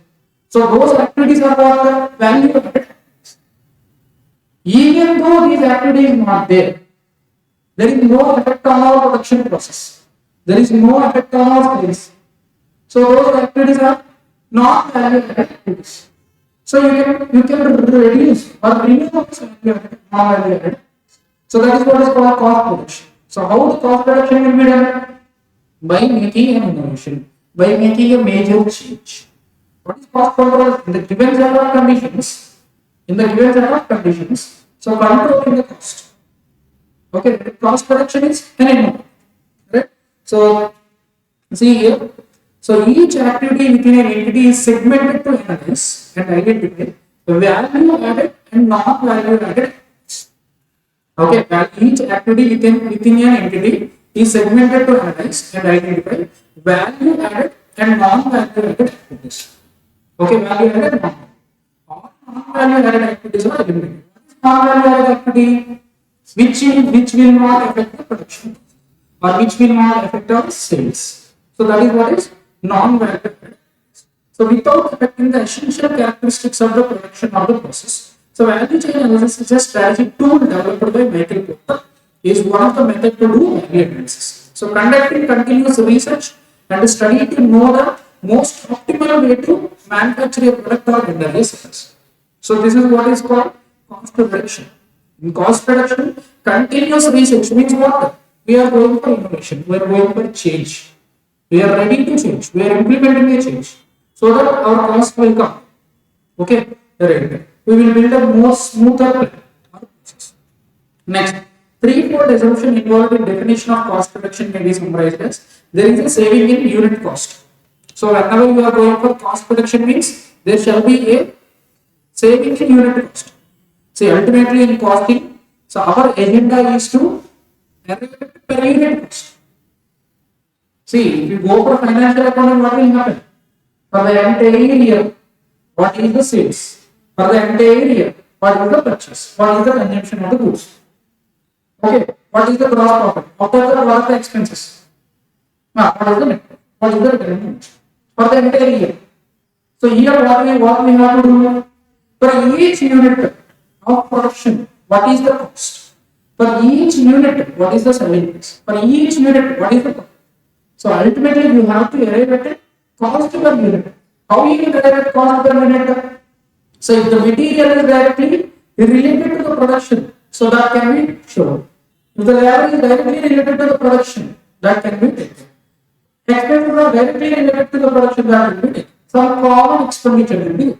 So generally, this common expenditure will be allocated to each unit of production. So then you will have a cost per unit. So the benefit shall be shown at a cost per unit level. Benefit shall be shown at cost per unit level. Okay, so that is first condition. Second one, what? Second one is such saving is permanent in nature. Permanent in nature, and the utility and quality of the goods and services remains unaffected if not improved. That means quality should not be compromised. At least the minimum quality which we are continuing, that quality has to be maintained. So then only it can be said as a cost reduction. Three conditions: unit saving, unit cost saving. Second one is permanent in nature. Third one is improving quality or maintaining the same. Improving quality or maintaining the same. Next, assisting the management in decision making. So this is what the objective of cost accounting system. Assisting the management is obviously cost accounting system will help in management better decision making because it will give information, it will give a report. Okay, it will record the facts, it will give report.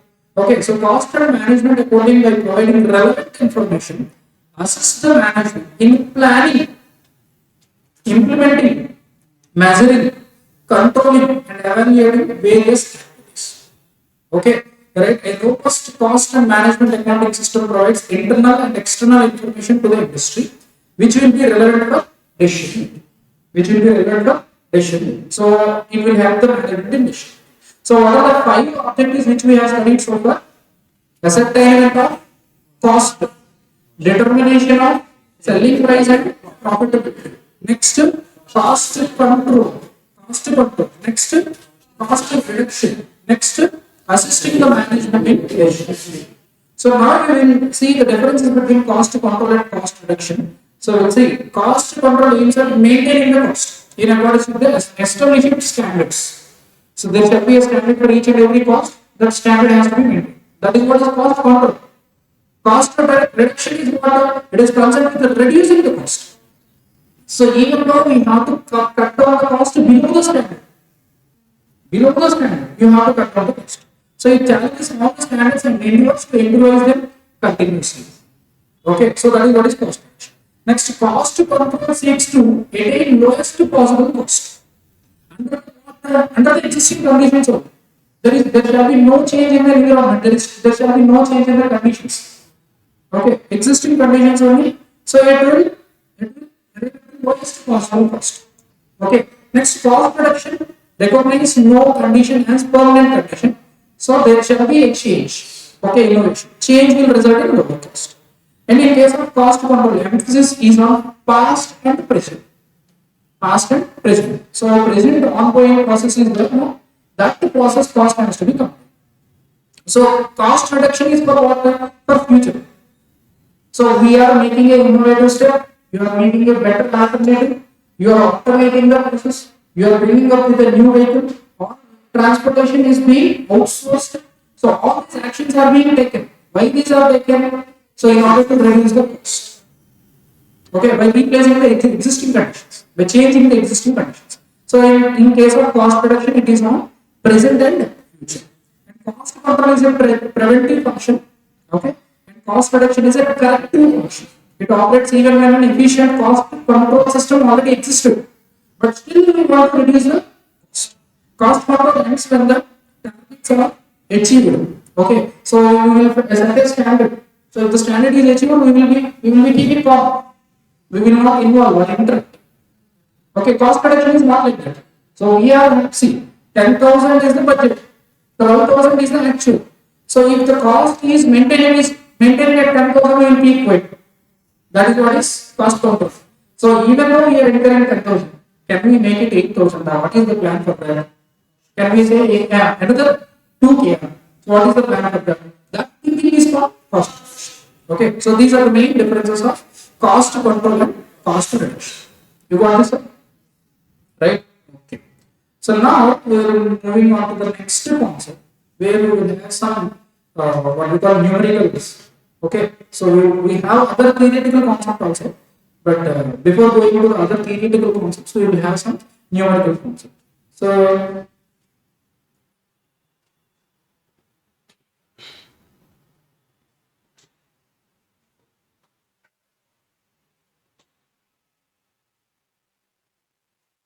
now we are going for classification of cost.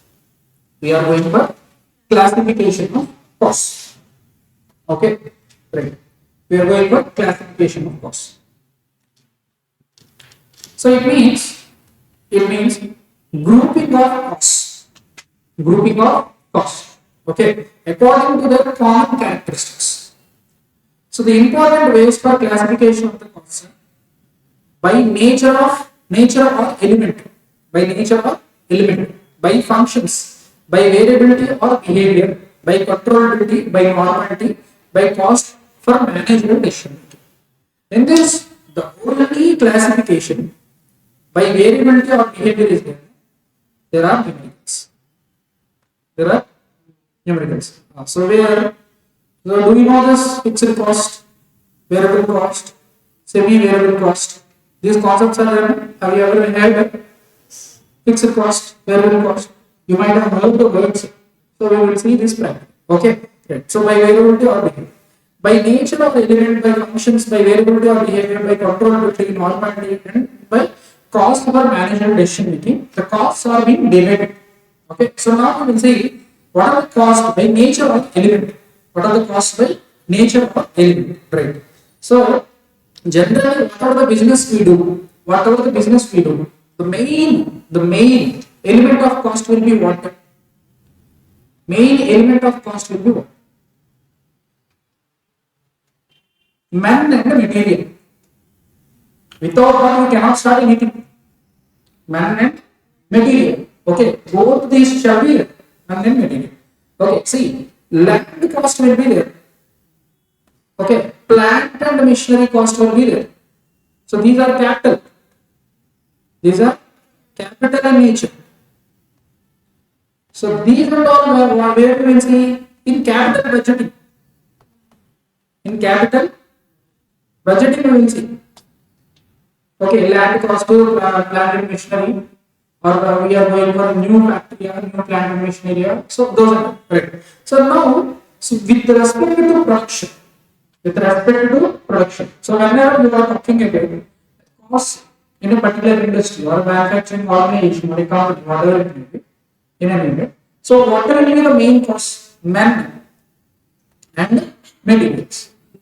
So that means material cost and the labor cost. See, all personnel who are working in an organization will be called as labor only here. See, in costing. So see, a manager is sitting in the administrative office. A general manager is sitting in the administrative office. A CFO is sitting in the administrative office. Those are also will be called as labor or employee cost. Okay, we cannot see for dignity here. We just want to elevate the cost.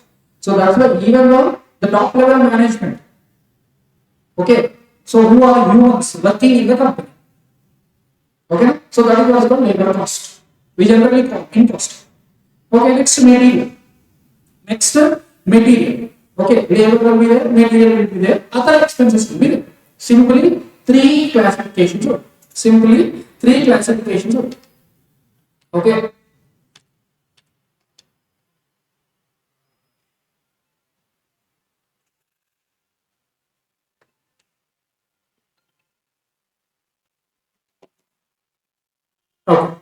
So by cost, by nature or element. Okay, now cost by nature or element. Okay, right. In this we have materials, we have labor, we have other expenses. Other expenses. We have materials, we have labor, we have other expenses. Okay. So in material also, if you see all the materials which we are using, all the materials which we are using in an organization or a company, in a manufacturing unit, are not directly related to production. Are not directly related to production. So we are dealing in chemicals. We are purchasing the raw materials, some minerals, some liquids, some chemical solutions are being purchased. So those are what direct materials. Those are what direct materials. We have purchased the water bottles. For each and every person who is working in the organization, for each and every cabin, our housekeeping staff will go and check their water bottle, and then refill it and then place it. What is that? Water bottles. On the table of each manager is there. That is the material only. We used to purchase. Okay, so for employee welfare, we will purchase. Okay, so those are not direct materials. Those are not directly input to production. That means materials are there which are direct materials and indirect materials. So which are directly input to production, which are not directly input to production. Okay, so materials will be there. So linked to direct material, linked to production. Direct materials, and materials will be there which are indirect materials. Next, labor will be there. Okay, now, so who is working in the factory? Who is working in the factory? So directly they are working, so they are in the process of manufacturing a product. They are technical staff. They are converting the raw materials into finished goods. They are in the production process. Those are what? Direct labor. Accountant is there. The finance manager is there. Who will be sitting in the office? Whether he will be directly linked to production process of conversion from raw material to finished goods, he will be working in the factory. No, so he will be called as indirect labor. Indirect labor. Okay. So like this, expenses will be there. So in this expenses also we have direct expense, indirect expense, direct expense, indirect expense. Okay, which is directly related to the production process. Directly linked to the production process. So that will be called as factory electricity is there, factory rent, factory power bill is there. That is directly related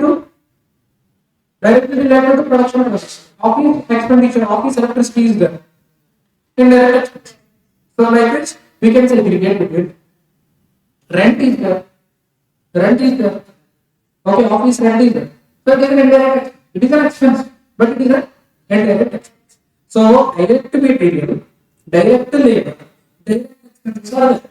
Indirect material, indirect labor, indirect expenses are there. So whatever the expense it may be, it should either come in this direct material or direct labor or direct expense category or indirect material or indirect labor or indirect expense category. Whatever the expense it may be, it should come in this category. So now all these indirect materials, okay, indirect labor, and the indirect expenses are there. No? So these are called as overheads. These are called as overheads. So indirect material, indirect labor, indirect expenses will be called as overheads. You got this up? So by the nature or by the element. Okay, now so the costs are classified as material cost, labor cost, and expenses. So material, direct materials cost, which are directly linked to the production cost.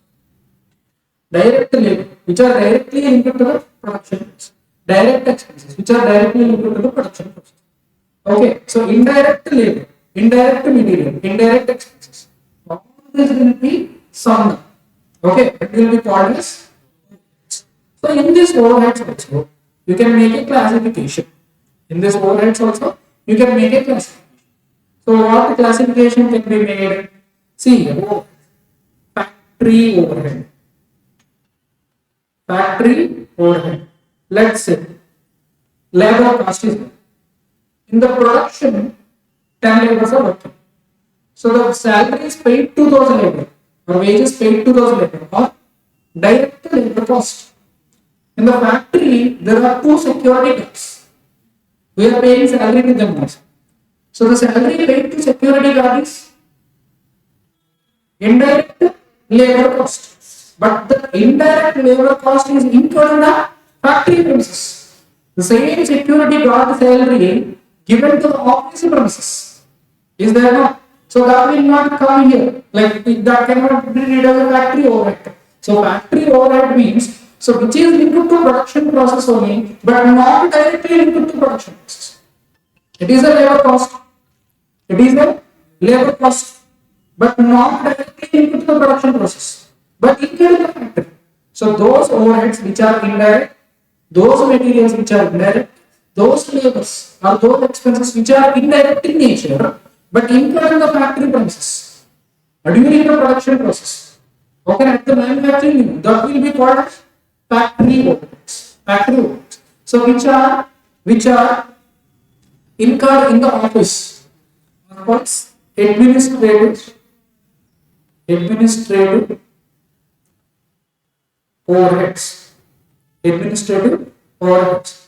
So you can say salary to accountant or manager. Who will be working in the office?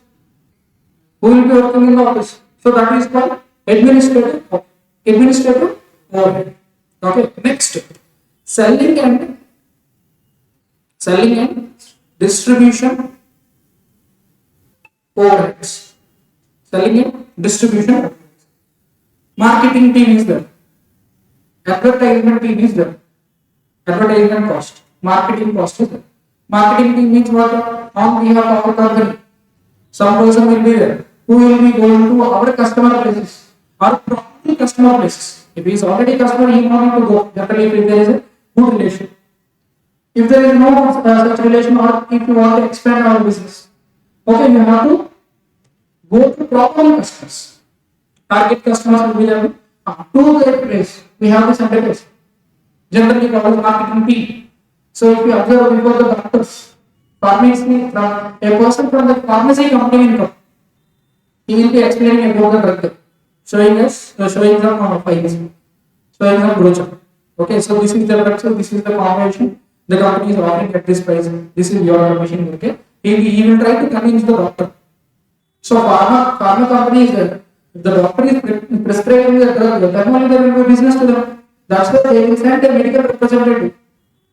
Okay, a pharmacy representative will be coming to the doctor and asking the doctor to purchase this product. So these are the features of this product. So this is what is called marketing. Same is the case with advertisement also. See whether these are directly related to our production or not. These are indirect, these are expenses, but directly related to production or incurred in the factory or no. But still, they are expenses which are related to our business.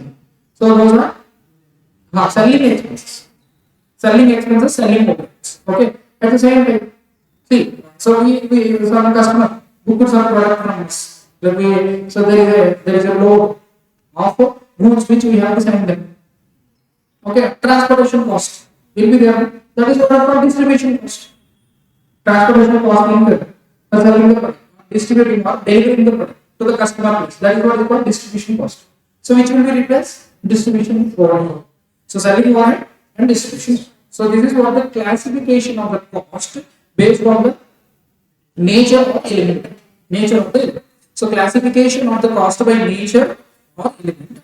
These are the materials, labor, and expenses. In material, we have direct expenses, direct material, indirect material. In labor, we have direct labor, indirect labor. In expenses, we have direct indirect expenses. So indirect expenses and indirect labor and indirect material collectively will be called as. So these overheads will be subdivided into three types. So generally generally three types. So we can split as four types. That means selling overheads, distribution overheads. Like so, factory overhead or production overheads you can say factory or production overhead or works overhead. So which is directly linked to production or factory. Okay. Next, administrative overheads.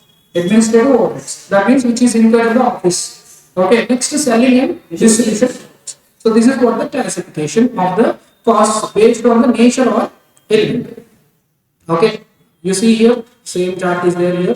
So element of cost, material cost, employee cost, other expenses. Direct material cost, indirect material cost, direct employee cost, indirect employee cost, direct expenses, indirect expenses. So indirect material, indirect labor, indirect expenses are overheads, and these are classified into production, administrative, and selling and distribution. Okay, so we'll have a plain reading of this. So material cost means cost of the material required to make a product into finished goods. Okay, right? Material which are present in the finished goods, finished product, cost object, or can be economically identified in the product or termed as direct material. See here, material are present in the finished product. See here, a shirt is there. A shirt is there. What is the raw material? Cloth is the main raw material. Button is also raw material. Thread is also raw material. Label is also raw material. Okay, so shirt cost is 2000 rupees. Button cost is hardly 10 rupees, 20 rupees. Economically, material. Comparatively, economically is it material? It is not material. It is not material economically. So that cannot be treated as material cost. Okay, so if it can be identified in the finishing good, and that too economically identified. Okay, see here. So material which are present in the finished product, cost object. Okay, cost object means what? The item that may be product, or it may be department, or it may be process. For what you want to arrive at the cost. What cost you are calculating is cost object. So you want to calculate transportation cost. You want to calculate electricity cost. You want to calculate production cost. You want to calculate employee cost. You want to calculate a product cost. So what are raw material cost? Raw material A cost, raw material B cost. So what cost you wanting to determine is there, that is what is called cost object. Right. So in a cost object, see material which are present in the finishing product. can be economically identified in the product. Can be economically identified means what? Cost comparison has to be made. Economically identified means what? Cost comparison has to be made. So, 2000 rupees is the value of the product. In that, 10 rupees or 20 rupees is not matter. Okay, economically not comparative. Okay, it's comparative. So that's why economically identified in the product or tagged as direct material. For example, cloth and dressmaking, material purchased for specific job, etc. However, in some cases, a material may be direct, but it is treated as indirect because it is used in small quantity. It is not economically feasible to identify the quantity. Okay, great. Next, those materials which are used for the purpose ancillary to the business are also treated as indirect material. Ancillary to the business means what? Ancillary to the business. That means support activity. That is a support activity, is not directly linked to the production process. Ancillary means support function. Right. Next, in case of labor, wages paid to the workers for converting the raw materials into finished goods is called labor cost, or labor which can be economically identified or attributed wholly to cost object is termed as direct labor. Economically attributable, identified, or called as direct labor. Okay. For example, employee engaged on the actual production of the product or in carrying out the necessary operations for converting the raw materials into finishing are called direct labor. Next, all expenses other than material and labor which are incurred for a particular cost object are termed as other expenses. For example, higher charges for some special machinery, cost of defective work, etc. Okay, let's say machinery is there, grease is there. So in order to function, in order to have a smooth function of the machinery, we want to apply the grease. So grease is used in the production process and directly linked to the production. So that is direct material. Okay, so direct expense means transportation cost. You can say, so in bringing the materials, there is a cost. There is a cost. That cost can be treated as direct cost. Direct expense. So if the P&L, if the transport freight inward, on the P&L, what is the treatment? It will be treated as direct expenses only. In trading account only it will come. What are the expenses coming in the trading account? Are direct expenses only. The direct material, direct labor, direct expenses which are coming in, see, expenses, material, labor, which are coming in the trading account are generally called as what? Direct material, direct labor, direct expenses. Okay, great. Next, overheads. So overheads means which are aggregate of indirect material, indirect labor, and indirect expenses. A term of overheads. Main groups into which overheads are subdivided. Production of works overhead, or we can say factory overhead. Next, administrative overhead. Next, selling overheads, distribution overhead.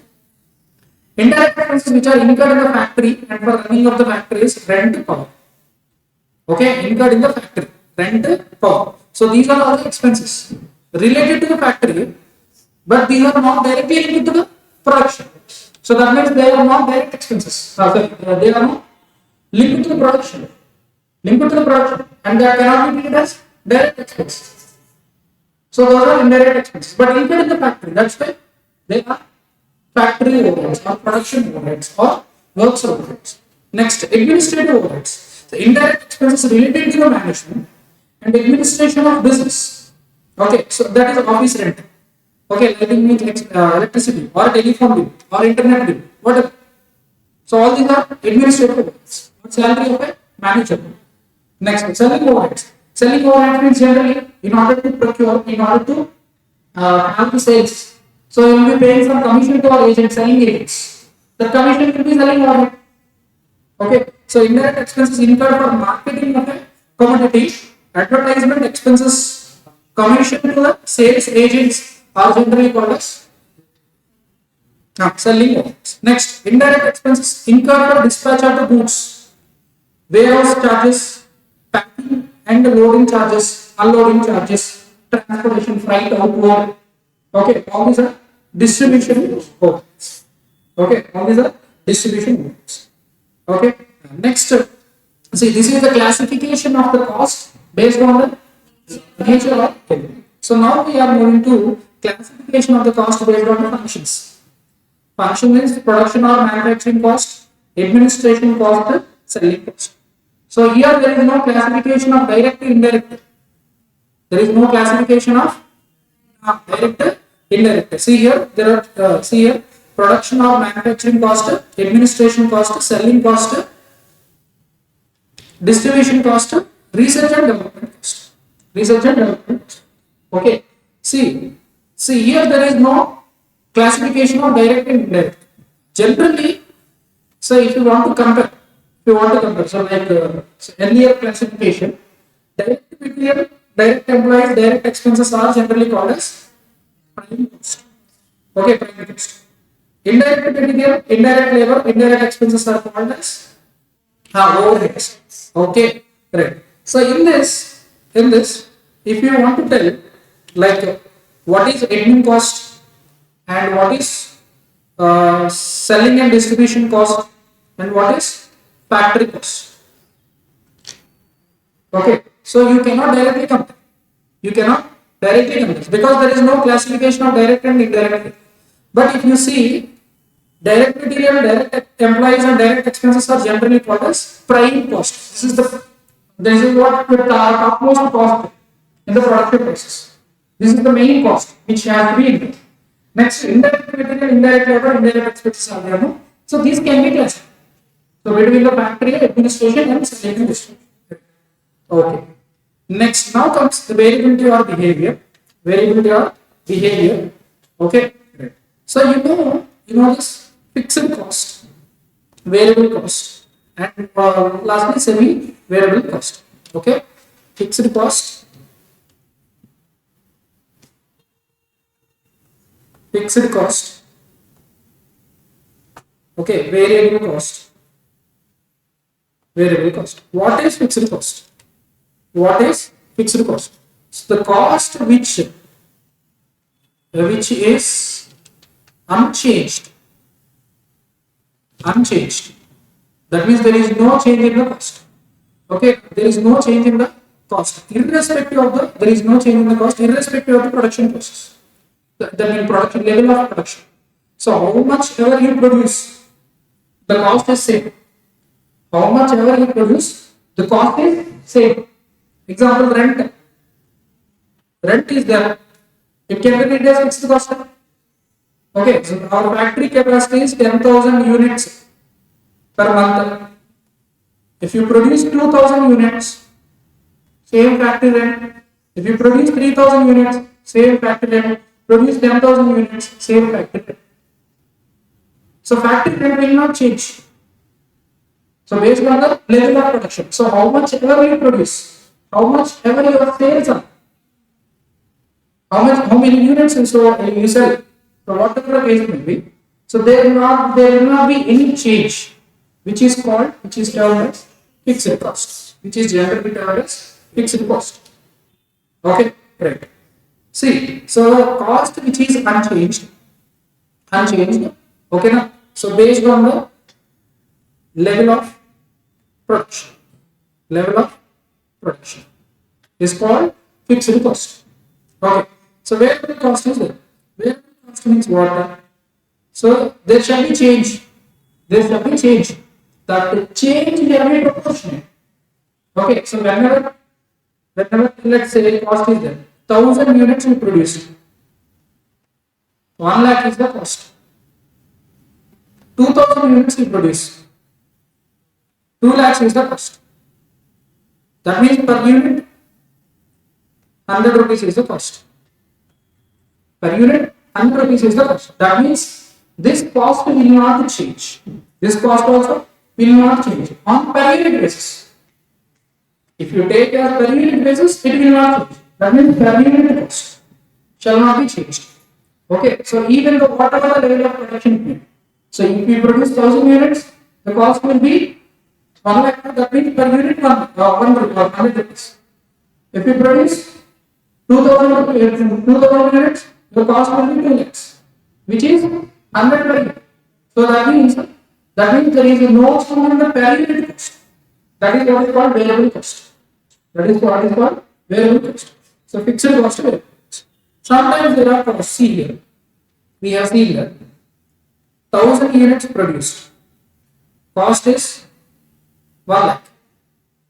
2,000 units produced. 2,000 units are produced. So then the cost is 1,80,000. 1,80,000. So what is the nature of this cost? What is the behavior, cost behavior here? So first we check whether it is a fixed cost. Fixed cost means what? For any level of production, there shall be no change in the cost. Cost is changing. It is changed from 1 lakh to 1 lakh 80. From 1,000 to 2,000 production changed. Cost will change from 1 lakh to 1 lakh 80. So that means it is not a fixed cost. Okay. So you verify variable cost. For 1 lakh units, what is the per unit cost? And now for 2,000 units, what is the per unit cost? 90 rupees. Correct? 1 lakh 80 divided by 2,000. 90 rupees. Per unit cost is 90. So that means per unit cost also changed. That means we cannot be the variable cost also. Variable cost means per unit it will not change. Fixed cost means in entirety, in totality it will not change. But here what is happening? It is neither a fixed cost nor a variable cost. Then it will be treated as semi-variable cost. Semi-variable cost means what? In that there will be a fixed portion. There will be a fixed portion. At the same time, there will be a variable portion. There will be a variable portion. That is what is called semi-variable cost. That is what is called semi-variable cost. See here. So in order to segregate fixed cost from or variable cost from semi-variable cost, we have different methods. Okay, in order to segregate fixed cost and variable cost from semi-variable cost, we will be having different methods. So in that, so we will solve this equation. So this here we have 100 units of 2,000 units. 100 units of 2,000 units. So what is the cost here? 1 lakh 80. Okay, so this is what is semi-variable cost. So we have different methods for segregation of variable cost and fixed cost. So we will see what are those methods here. So firstly, so fixed costs are there.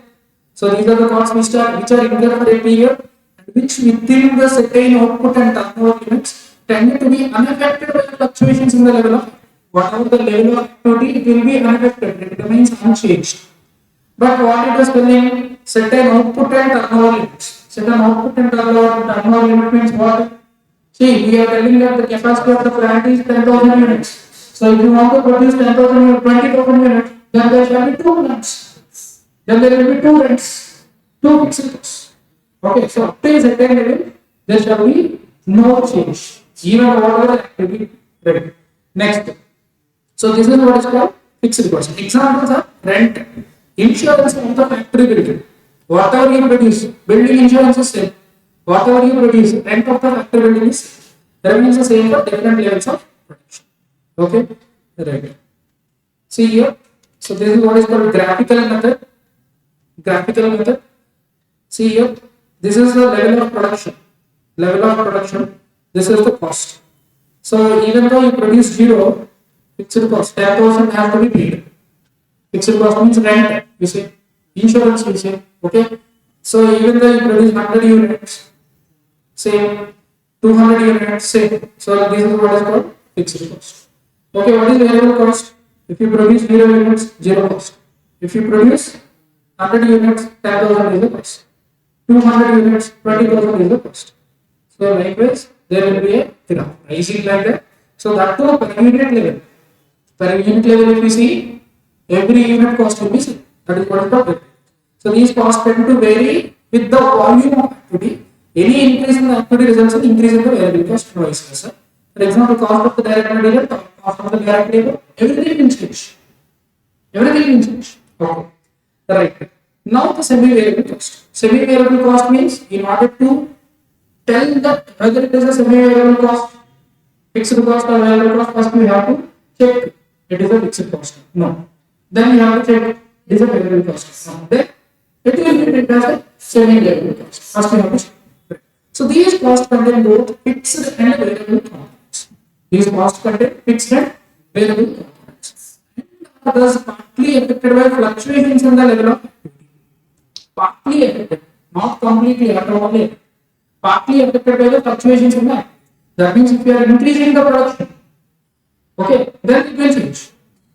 Okay, it will change, but not just like variable cost. That means level of activity is increasing. Proportionately, it is increasing. The total cost is increasing or not? Partially, it is affecting. Okay, examples of semi-variable cost are telephone bills, gas bills, and electricity bills. So, if you see your electricity bill, there will be a fixed charges, fixed charge. Even if you see, even if you vacate your house also, there will be electricity bill. Suppose you are not using the house, not using any switchboard, okay, not using any electricity, but still there will be a bill. What is that? Fixed charge. Okay, upon that if you are consuming anything, then it will be increasing. Then it will be increasing. Same is the telephone postpaid bills are there. Postpaid bills. For connection, they will charge fixed. For every month there will be a fixed charge. Upon that, based on the consumption, based on the usage, based on the number of calls, based on the time of the calls. So the charge will be levied. Okay, that will be variable. And some element is fixed. So like electricity bill or telephone bill or internet bill, whatever it may be. So there will be a fixed charge and variable charge. Both will be there. So variable charge will be based on the consumption. Fixed charge will be a certain amount which will be prefixed. Okay. So that is what is called semi-variable cost. Okay, semi-variable cost. Okay. Right. So segregation of semi-variable cost into fixed and variable cost are carried out by using the following methods. One is graphical method which we have seen. Next, high-low method, analytical method, comparison by period or level of activity, least squares method. Okay, least squares method. Okay, so now you can see high-low method. Now we will see high-low method. Okay, so here, see here. So using high-low method. So whenever there is a value of sales given, whenever there is a value of sales given, then you have to go for this method. For segregating the fixed cost and variable cost from semi-variable cost, then you have to go for high-low method whenever the sales value is given. When the production units are given, no, then it will not be affected. Okay, the sales value is given, then only it will be affected. See here. See here. Question is that highest volume is 1,40,000 rupees is the highest volume. In units it is not given. It is given in the value. 1,40,000. Total cost is 72,000. Total cost means what? Total cost means what? Fixed cost, variable cost, semi-variable cost. What? How you can tell? Firstly, you have to check. Is it fixed? You have to check whether it is fixed or not. Sales value 1,20,000. Okay, change it to 80,000. So sales value changed. Cost is same. Cost also changed. That means it is not fixed. Okay. So you can check the proportionality. 1,40,000 is the sales value. What is the cost there? 72,000. 72,000. Okay. Next, you can check this ratio also. 80,000 is the volume, 60,000 is the cost. So in the same proportion there is a change. Per unit cost like that, is there any change? I mean, is there any what we call per unit cost maintenance is there this same value is getting? No. So there is a different ratio. That means it is not a variable cost. It is not fixed cost. It is not. Then it is semi-variable cost. Okay. So now we have to segregate. How you can segregate is, see here, difference in the cost. What is the difference in the cost? 12,000 rupees. So difference in the cost. Okay, difference in cost. How much? 12,000 rupees. Okay, 72,000 minus 60,000. Okay. Next, difference in sales. How much? 16,000. So if we go for the percentage, difference means what change? So whenever there is a change in the cost of 12,000 rupees, there is a change in the sales of 60,000 rupees. Change in the cost of 12,000 rupees, there is a change in the sales of 60,000 rupees. In what ratio it is changing? In what ratio it is changing? 12,000 divided by 60,000 into 100. How much? It is 20 percentage. It is 20 percentage. 20 percentage change. That is 20 percentage portion is variable. 20 percentage portion is variable. Correct? See here, difference means what? Change. So when the sales volume is 1,40,000, cost is 72,000. Sales volume is 80,000, cost is 60,000. That means there is a change in the cost with respect to change in the sales. So take a ratio of this. How much is the variability? You have to say. So that is difference in the cost divided difference in sales into 100. Then you will get variability percentage. How much it is? 20. So you pick up 72,000 rupees is the cost. Okay, 72,000 rupees is the total cost. You tell me the equation. Sales cost. 1,40,000 sales are cost is 72,000. 80,000 sales 60,000 is the cost. Okay, so difference in cost divided by difference in sales into 100 is equals to 20 percentage, which is variable. So 20% is variable cost.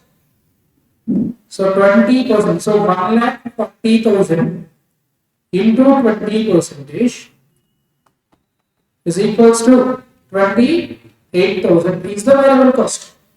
So total cost is equals to 72,000. Okay, minus variable cost is equals to 28,000. Now then what is the fixed cost? Fixed cost is equals to how much? 44,000. Okay, got it? Correct. We are substituting this 20% in what? Fixed volume. Correct or wrong? If you want to check, you can check other way also. You can check other way also. How you can check? Variable cost is equals to how much? 80,000 into 20 percentage. 16,000. So here 28,000, here 16,000. That is what the nature of variable cost now. That is what the behavior of variable cost. Variable cost is not same. No, it is correct only. You take out the fixed cost. So total cost is how much? At 80,000, what is the total cost? 60,000. Correct? Minus variable cost. 16,000. Fixed cost. How much you are getting? 44,000. So at 80,000 level also you are getting 40,000, 44,000. At 1,40,000 also you are getting 40. You are getting it? Understand? Okay. Right. So segregation of variable cost and fixed cost from semi-variable cost. So you have to follow what? High-low method. High-low method. So when you follow this, whenever the sales value is given, you will follow. Whenever the sales value is given, you will follow. How the method will be? So you have to find a change in the cost. You have to find the change in the sales. Then you have to pick out the ratio. So you are taking change. Change means what? Variable. How much is varying? So that is what is called variable cost. So you will have a ratio, 20% variable cost. So out of the sales value, what is the variable cost you pick up? From the total cost minus variable cost, you will get fixed cost. Same case, you can substitute in the lower volume also, lower value. So this is what is called low method. For segregation of variable cost and fixed cost. What is right? So now comes the next method, which is analytical method. Okay. Under this method, an experienced cost accountant. Experienced cost accountant means what? He is in the company. He is doing costing activities or cost accounting. He is maintaining cost accounting system. So he is having experience in the company for 20 years or 25 years. So that person is telling that. So this will be the percentage of variability. That is what is called analytical. Simply he will judge out of 10,000, 70% is variable cost, 30% is fixed. He is telling that out of his experience. It is just like best judgment. Okay, that is what the calculator. So experienced person, experienced cost accountant tries to judge empirically, okay, what portion of semi-variable cost would be variable and what would be fixed. Okay, so the degree of variability is essential. Degree of variability is essential. That means variable cost is best for each item of semi-variable expenses. Okay, for example, see here, last month the total semi-variable cost is 3,000. The total cost is 3,000 rupees. Degree of variability is 70%. If the degree of variability is assumed to be 70%, which is suggested by okay, so that's 70%. Then the variable cost will be 3,000 into 70%. That means 2,100 is the variable cost. So now what is the fixed cost? What is fixed cost? Then what is fixed cost? Total cost 3,000 minus variable cost. How much? 2,000. Then 900 will be fixed cost. Got it? 900 will be fixed. Let's say if there is a 50% change in the production, same factor. If there is a 50% change in the production, 50% increase in the production, what will be the total cost? What will be the total cost? If there is a 50% increase in the production, we model that.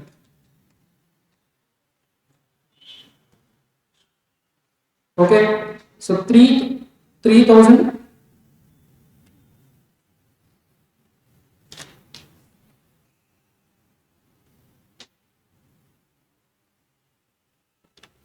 Okay, 3,000 is the total cost, which is nothing but semi-variable cost.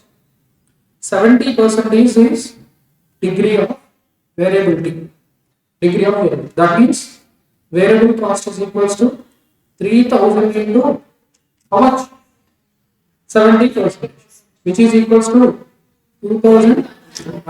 Now the fixed cost is equals to total cost minus variable cost.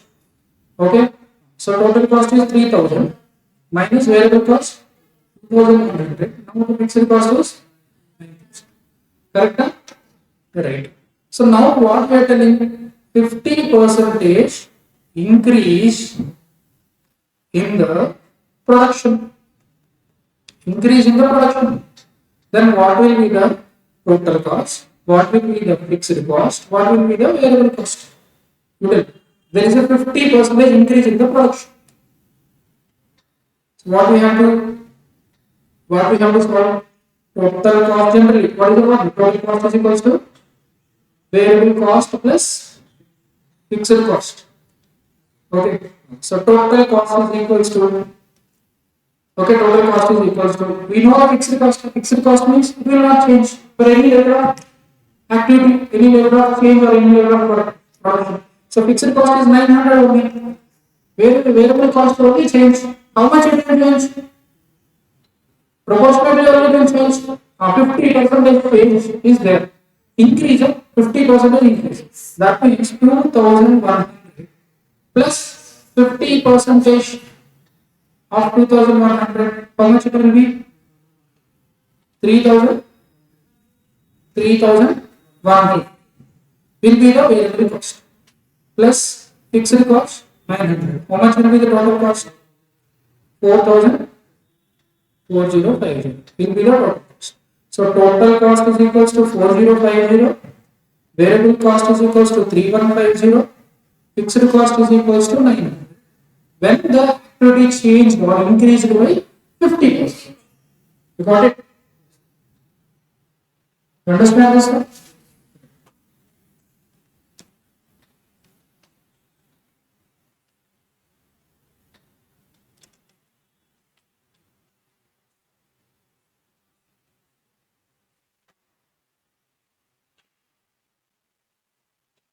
Okay.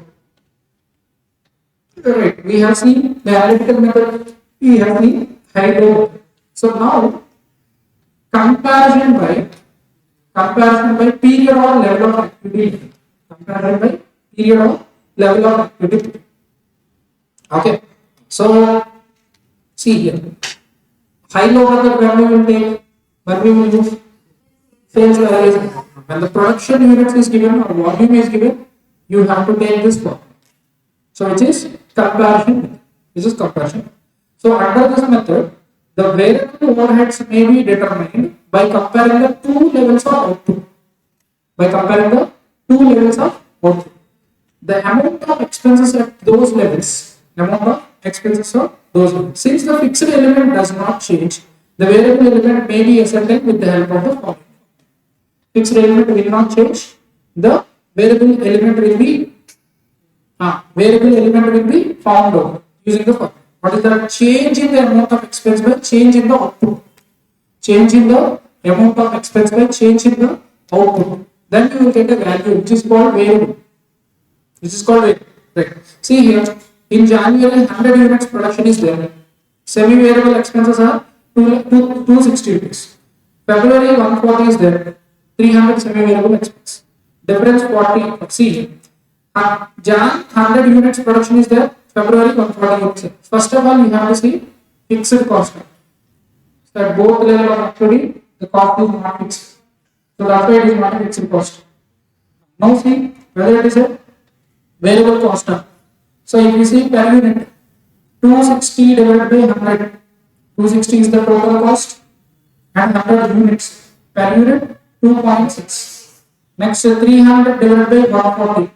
300 total cost 140 units. Okay, so which is 2.14. So both are not same. That means it is not variable cost. So it is a semi. It is already given, but still step by step we are going. So fixed cost, it is not fixed cost, it is not variable cost, it is semi-variable. Semi-variable cost, it is nothing but a total cost. That means a summation of fixed cost and variable cost. So now you have to arrive at fixed cost and variable cost. So how you will arrive? What will be the formula here? Difference you take out. Difference you take. What is the difference? So difference of amount. Difference of amount. So difference in the cost. So what is the difference in the cost? 300 minus 260. Difference in the cost. Divided by difference in the volume. Difference in the output. Difference in the quantity. How much? 140 minus 100. So 300 minus 260, 40. 140 minus 100, 40. Which is rupee 1. See here. Amount in the numerator. Units in the denominator. Which is nothing but per unit cost. Which is nothing but per unit cost. So per unit cost is 1. Per unit cost is 1. So for Jan month, 100 units produced. So variable cost is equals to 100 into 1, which is 100 rupees. Correct? Which is 100 rupees. Correct? So then what is the fixed cost? What is the fixed cost? You know the total cost. How much? 260. See, we will write here the problem. You know, tell me. Jan. So what is the production? 100 units. So what is the cost? Cost means semi-variable cost. Semi-variable cost is nothing but total cost. Variable cost plus fixed cost. How much? 260 rupees. Correct? Next February, 140 units is the production. Okay, what is the cost? 300 rupees is the cost. So now change in the amount divided by change in production units. Change in the amount divided by change in production units. So change in the amount, which is 300 minus 260 divided by change in production units 140 minus, which is 40 by 40, which is equals to 1 per unit. 1 per unit. So rupee 1 per unit. Correct? Numerator rupees are there. Denominator units are there. So rupee 1 per unit, which is variable cost. So variable cost per unit. Variable cost per unit is equals to 1. So total variable cost. Total variable cost for jar production of 100 units is equals to how much? 100 units into 1, which is 100 rupees. Correct? The total cost is equals to how much? 260 for jar month. Correct? 260 for jar month. Minus variable cost for jar month is 100. Then what is the fixed cost? Fixed cost. How much? 160 rupees will be the fixed cost. 160 rupees will be the fixed. Okay, you can cross check also. How you can cross check? Same thing you substitute in second equation. What is that? 140 February 140 units are produced at a cost of 300 rupees. You substitute that. So variable cost per unit in the February month production of how many units? Of 140 units. 140 units. So how much it will be? 140 into 1. How much? 140. Okay, next. This is what is called variable cost. Total cost is equals to 300 minus variable cost 140. Fixed cost 60. 160. Correct? The same at both the level of activities we are getting same fixed cost 160. Okay, so this is what is called comparison. Comparison by period or level of activity. Okay. Right. So change in variable expenses divided by change in production volume. Then you will get variable cost per unit you will get. Variable cost per unit you will get. Okay, in the numerator cost is there. In the denominator units are there. Okay. So in the numerator change in the cost is there. In the denominator change in the units are there. So that's why you are getting change per unit, which is nothing but variable cost per change. Change means variable cost per unit. Per unit variable cost we are getting. Total variable cost we will get. And total variable cost is there now. From the total cost you subtract variable cost. Then you get. You are getting it now. So in that way you can segregate variable cost and fixed cost from total cost, which is semi-variable cost. So which is not fixed, which is not variable. So fixed means what? At any level of production, the cost will be set. Variable means what? Per unit it will remains unchanged. Per unit cost will not remains unchanged. Okay. So next least square method is there. We will have a small break and then